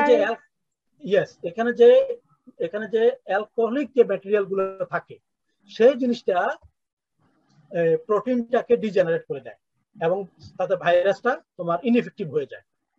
যেমন এখন যেহেতু জেনারেল পিপল ব্যবহার করবে, সেই জন্য বলছে যে সাবান ব্যবহার করে, কিন্তু সায়েন্টিফিকলি যদি বলতো তখন এই নানা রকম ফর্মুলেশন বের করে ফেলতো, sodium hypochloride, calcium hypochlorite, hydrogen peroxide, এইসবে। যেহেতু জেনারেল পিপল ব্যবহার করবে এবং তাদের জন্য এগুলা অ্যাভেলেবল হবে না, সেই জন্য সিম্পলি বলে দিল কি আপনারা সাবান ব্যবহার করতে থাকেন। That is also effective. কথা বুঝতে পেরেছ? আচ্ছা, সো আমরা সাধারণত কি করি, যে ম্যাটেরিয়ালটাকে আমরা স্টেরিলাইজ করব, আমরা প্রথমে একটা ওয়াশ করে নিই, রানিং ট্যাপ ওয়াটারে ওয়াশ করে নিই, তারপরে আমরা কেমিক্যাল স্টেরিলাইজেশনটা করি, তারপরে আবার আমরা ওয়াশ করে নিয়ে এক্সেস কেমিক্যাল গুলোকে রিমুভ করে দিই। এইটা হলো স্টেরিলাইজেশনের জেনারেল প্রটোকল। এই স্টেরিলাইজেশনের সময়ে যখন আমরা কেমিক্যালটা ব্যবহার করি, তখন আমরা কিছু ডিটারজেন্ট ব্যবহার করি। এইখানেও আমরা কিছু ডিটারজেন্ট ব্যবহার করি, যেমন ধরো 2020, টিপল, এগুলো ব্যবহার করি। এতে হয় কি, তোমার স্টেরিলাইজেশনের কাজটা খুব চমৎকার ভাবে কাজ হয়, ওয়াশিং এবং স্টেরিলাইজেশন কাজটা খুব ভালোভাবে হয়। হ্যাঁ, এবং এই কয়েকটা কেমিক্যাল আমরা খুব ফ্রিকোয়েন্টলি ব্যবহার করি। সোডিয়াম হাইপোক্লোরাইড 1% ব্যবহার করি 10 to 20 minutes depending on the material. তারপরে ধরো ইথানল, অ্যালকোহল যদি আমরা ব্যবহার করি, আমাদের বাজারে আমরা যেসব স্টেরিলাইজিং এজেন্ট গুলো পাই, সেগুলো সাধারণত অ্যালকোহলিক তোমার স্প্রে। দেখা যাবে যে ইথানল 70% ইথানল থাকে, আমরা ইথানল ব্যবহার করি। তারপরে মার্কুরি ক্লোরাইড এবং সোডিয়াম হাইড্রোক্সাইড খুবই স্ট্রং স্টেরিলাইজিং এজেন্ট, সেগুলো আমরা 1% এর নিচে ব্যবহার করি 2 থেকে 10 মিনিটের উপরে। কেমন? আচ্ছা, সো এগুলো কয়েকটা কেমিক্যাল স্টেরিলাইজিং এজেন্ট। এবার আসো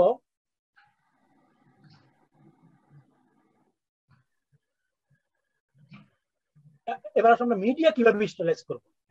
আমি যেমনটা বলেছিলাম তোমাদেরকে, আমরা মিডিয়া প্রিপেয়ার করে এরকম কনিক্যাল ফ্লাস্কে নিয়ে সেটাকে আমরা এই অ্যালুমিনিয়াম ফয়েল দিয়ে ঢেকে দিয়ে আমরা অটোক্লেভে দিয়ে দিই, অথবা অনেক সময় দেখা যায় যে অটোক্লেভ না থাকলে আমরা আমাদের গ্লাসওয়্যার বা মিডিয়াগুলো আমরা এই কনভেকশন ওভেনে ওয়ার্ম করে রাখি যদি একেবারে না থাকে, কিন্তু সাধারণত আমরা অটোক্লেভ করি। এটা হলো মিডিয়া স্টেরিলাইজেশনের ক্ষেত্রে। গ্লাসওয়্যারও আমরা একইভাবে, যত ধরনের গ্লাসওয়্যার আছে, পিপেট, পেট্রি ডিশ বা এরকম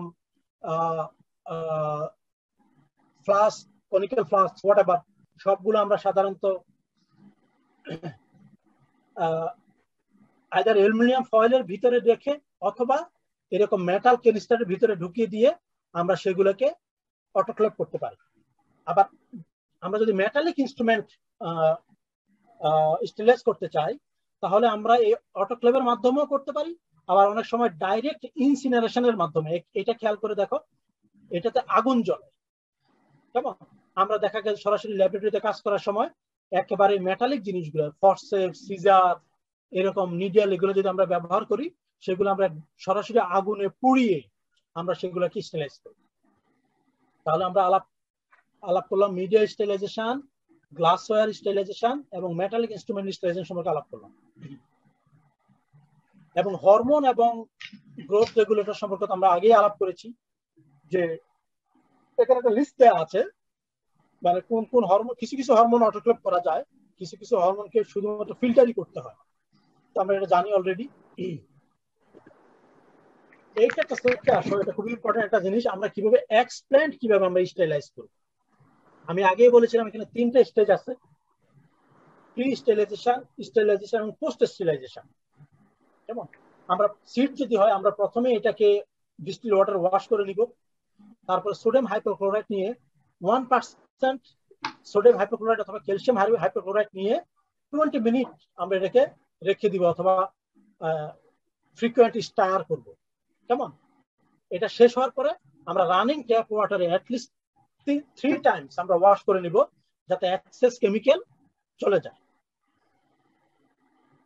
স্টেম বা রুট সেগমেন্টের ক্ষেত্রে এটা একটু ডেলিকেট ম্যাটেরিয়াল, সিড কিছুটা হার্ডেন থাকে, স্টেম বা রুট সেগমেন্ট কিছুটা এক্সপোজ টিস্যু থাকে, সেটা আমরা খুব সোডিয়াম হাইপোক্লোরাইড ইউজ করে 20 মিনিটের কথা জেনারেলি বলা আছে, কিন্তু 20 মিনিটে কমও করতে পারবো না, এবং তারপরে ওয়াশিং।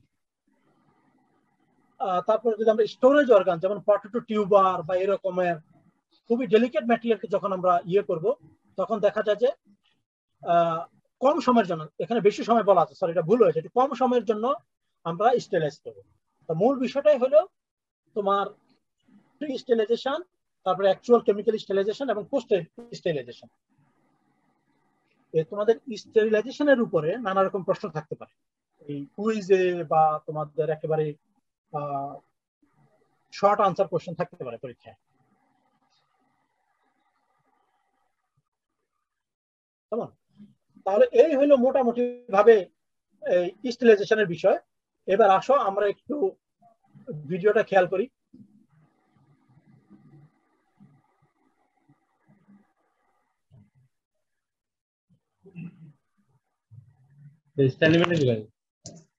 স্টেরিলাইজেশন নিয়ে তোমাদের কোনো প্রশ্ন আছে?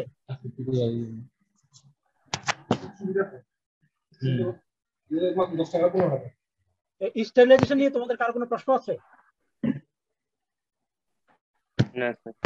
রেসপন্স আমরা শেষের দিকে চলে আসছি, সর্বোচ্চ 5 মিনিট। আচ্ছা, আমরা যখন ল্যাবরেটরিতে কাজ করব, আমাদের হাতটা আমরা স্টেরিলাইজ করব কি দিয়ে? 70% অ্যালকোহল দিয়ে। আমাদের ল্যাবে অনেক বেশি পরিমাণে অ্যালকোহল আমরা ইউজ করি সাধারণত। কেমন? একটা জিনিস, গুরুত্বপূর্ণ জিনিস তোমাদের সাথে আমি আলাপ করি নাই,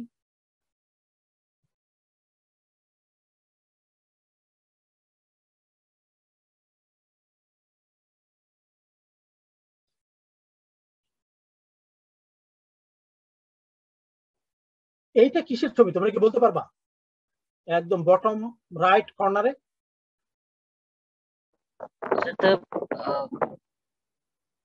লেফটটা তো মনে হচ্ছে ল্যামিনার এয়ারফ্লো।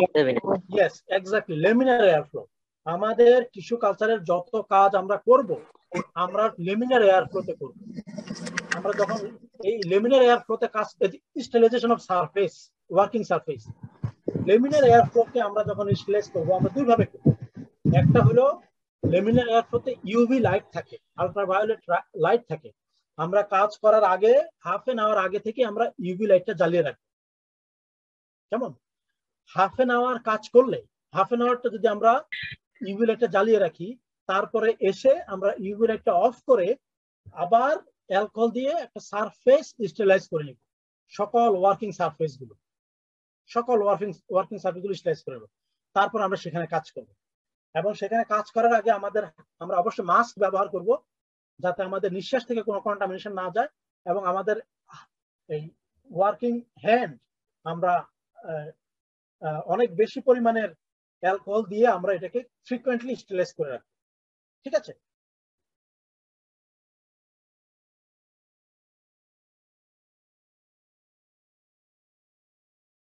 আসলে ভিডিওটা একটু খেয়াল করি। আমাদের এক্সপ্যান্ড স্টেরিলাইজেশন অথবা এটা সে কি করলো খেয়াল করো দেখি, দেখতে পেয়েছো?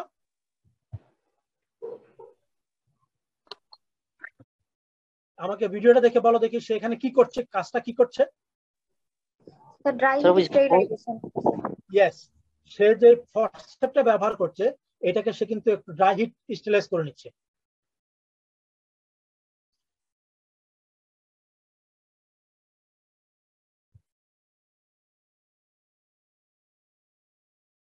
আচ্ছা, ওর এটা একটা ইন্ডিয়ার একটা ল্যাবরেটরি স্টুডেন্টের একটা ভিডিও আর কি, কেমন? এখানে তার কিছু ভুল হচ্ছে, তার কাজে কিছু ভুল হচ্ছে। কে কে বলতে পারো? দেখো দেখি কি কি ভুল হচ্ছে। স্যার মার্কস পড়েনি। দেখতে থাকো।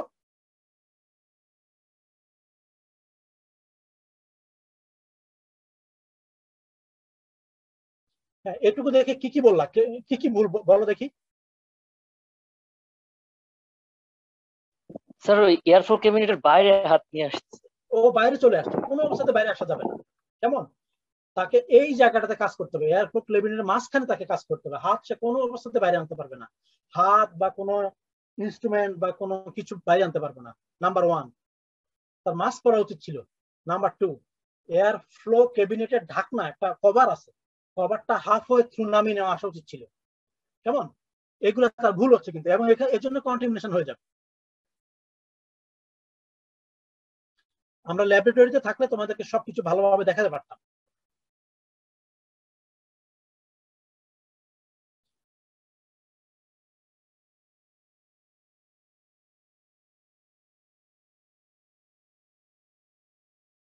এই যে নানা মিডিয়া প্রিপেয়ার করলো, তারপরে কালচার রুমে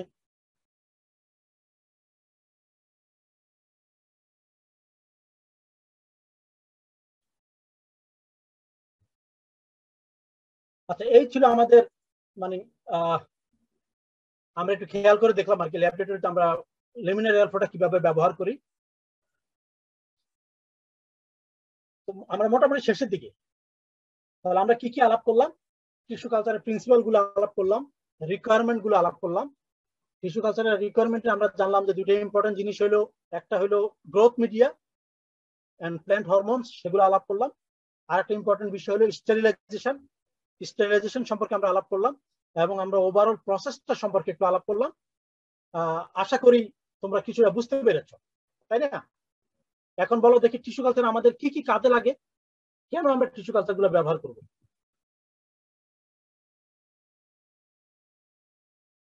শেষ, আমাদের ক্লাস আর 2 মিনিট আছে।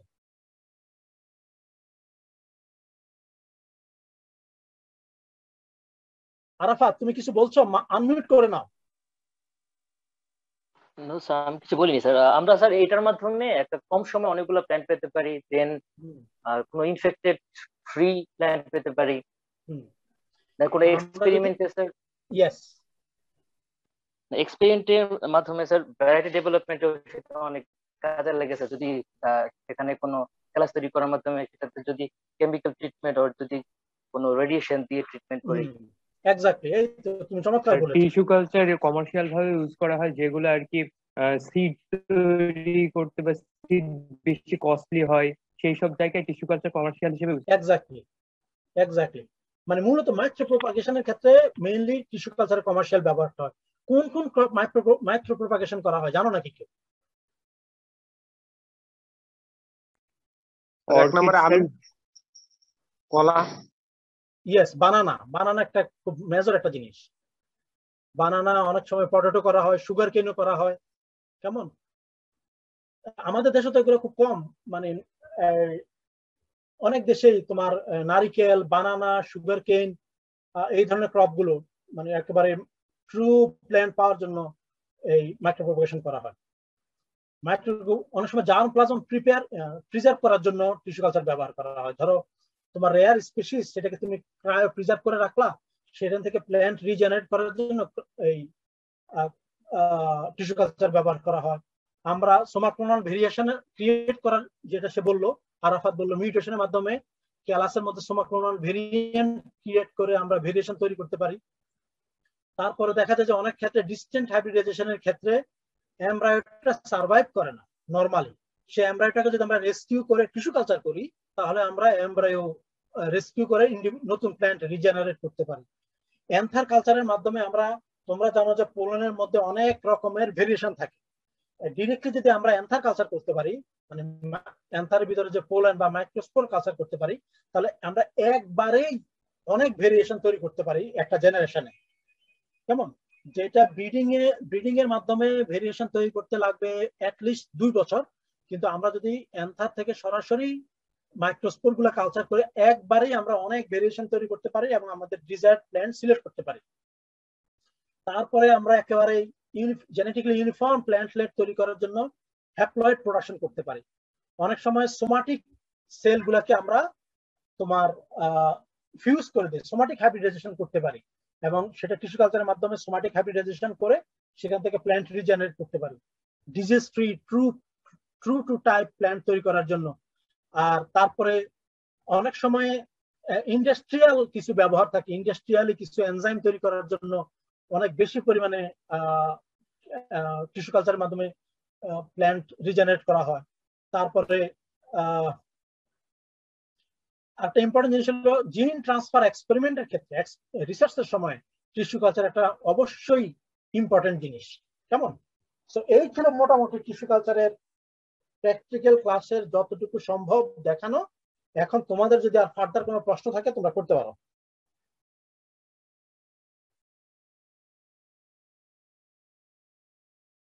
উপমা, কোনো কিছু বাদ গেল কি? সরি, বলো, কি বলছিলে? স্যার, টিস্যু কালচারে আয়রন সোর্সটা এত ভাইটাল কেন?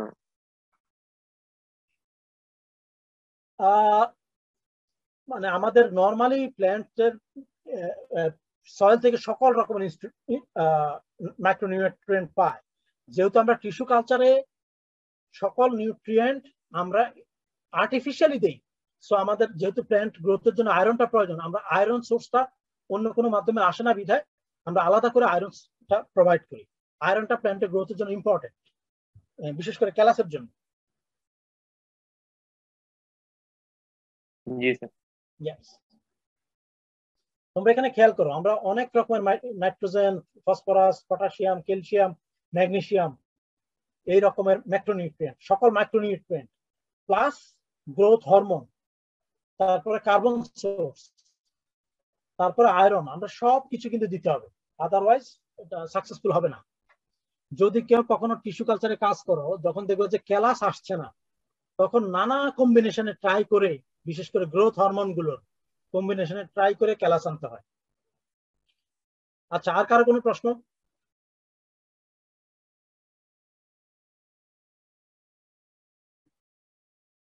তোমাদের অ্যাকচুয়ালি যদি তোমরা ইউনিভার্সিটিতে আসো, পরীক্ষার আগে যদি আসার সুযোগ হয়, প্র্যাকটিক্যাল পরীক্ষার আগে, তাহলে তোমরা যদি চাও তাহলে একসাথে আসলে আমরা ডিপার্টমেন্টের হেডের মাধ্যমে তোমাদেরকে আমাদের টিস্যু কালচার ল্যাবরেটরিটাতে একটা ট্যুর দিতে পারি, তাহলে তোমাদের ধারণাটা আর ক্লিয়ার হবে।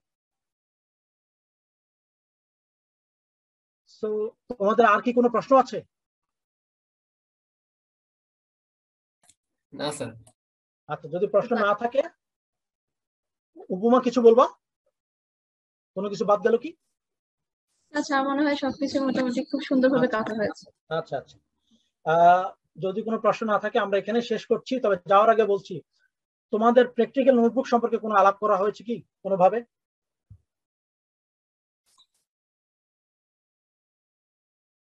স্টুডেন্টরা রেসপন্স করো, একটু কথা বলো। না স্যার, ওইভাবে বলা হয়নি। আচ্ছা, তোমাদের জন্য আমরা একটা ম্যানুয়াল আকারে আমরা একটা ল্যাবরেটরি নোটবুক তৈরি করছি। কেমন? এটা তোমাদেরকে প্রোভাইড করা হবে ভেরি সুন। সেইখানে তোমরা যে কাজটা করবা, তোমাদের আগের মতো বিশাল করে প্র্যাকটিক্যাল নোটবুক লেখার প্রয়োজন নাই। আমরা যেহেতু ম্যানুয়াল আকারে দিব, সেটা তোমরা ফটোকপি করে বা প্রিন্ট করে ভালো করে বাঁধাই করে, সেখানে কিছু শূন্যস্থান থাকবে, কিছু গ্যাপ দেওয়া থাকবে, কেমন? সেই গ্যাপ গুলোতে তোমরা ফিল আপ করে জাস্ট জমা দিবা। তোমরা তো আমাদের এই সাইটোলজিতে তো আমরা ল্যাবরেটরি ম্যানুয়াল ব্যবহার করি, তাই না? প্র্যাকটিক্যাল নোটবুক তো লিখতে হয় না। জি স্যার। এইবার আমরা এই প্র্যাকটিক্যালটার জন্য আমরা একটা নোটবুক প্রিপেয়ার করছি, তোমাদেরকে ডিউ টাইমে দেওয়া হবে।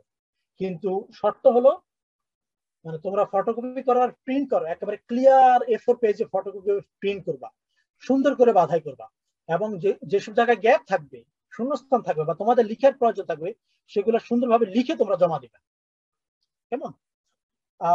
তোমাদের এই টিস্যু কালচারের ক্ষেত্রে আমি 1 লিটার MS মিডিয়া প্রিপারেশনের একটা কমপ্লিট প্রোটোকল তোমাদেরকে দিয়ে দিয়েছি ল্যাবরেটরি ম্যানুয়ালে। কিন্তু তোমাদের জন্য একটা টাস্ক দিয়েছি যে এক এক গ্রুপের জন্য এক একটা অড নাম্বারদের জন্য দিয়েছি 250 ml, ইভেন রোল নাম্বারদের জন্য দিয়েছি 2 লিটার। তোমরা এই প্রোটোকলটা তোমরা নিজেরা পুরোটা ওই ফাঁকা জায়গাতে লিখতে হবে, বুঝতে পেরেছো? জি স্যার।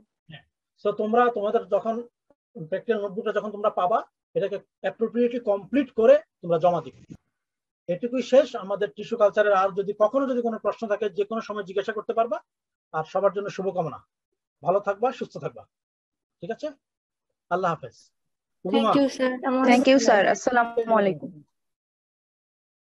থ্যাংক ইউ স্যার, সবাই ভালো থাকো। জি ম্যাম।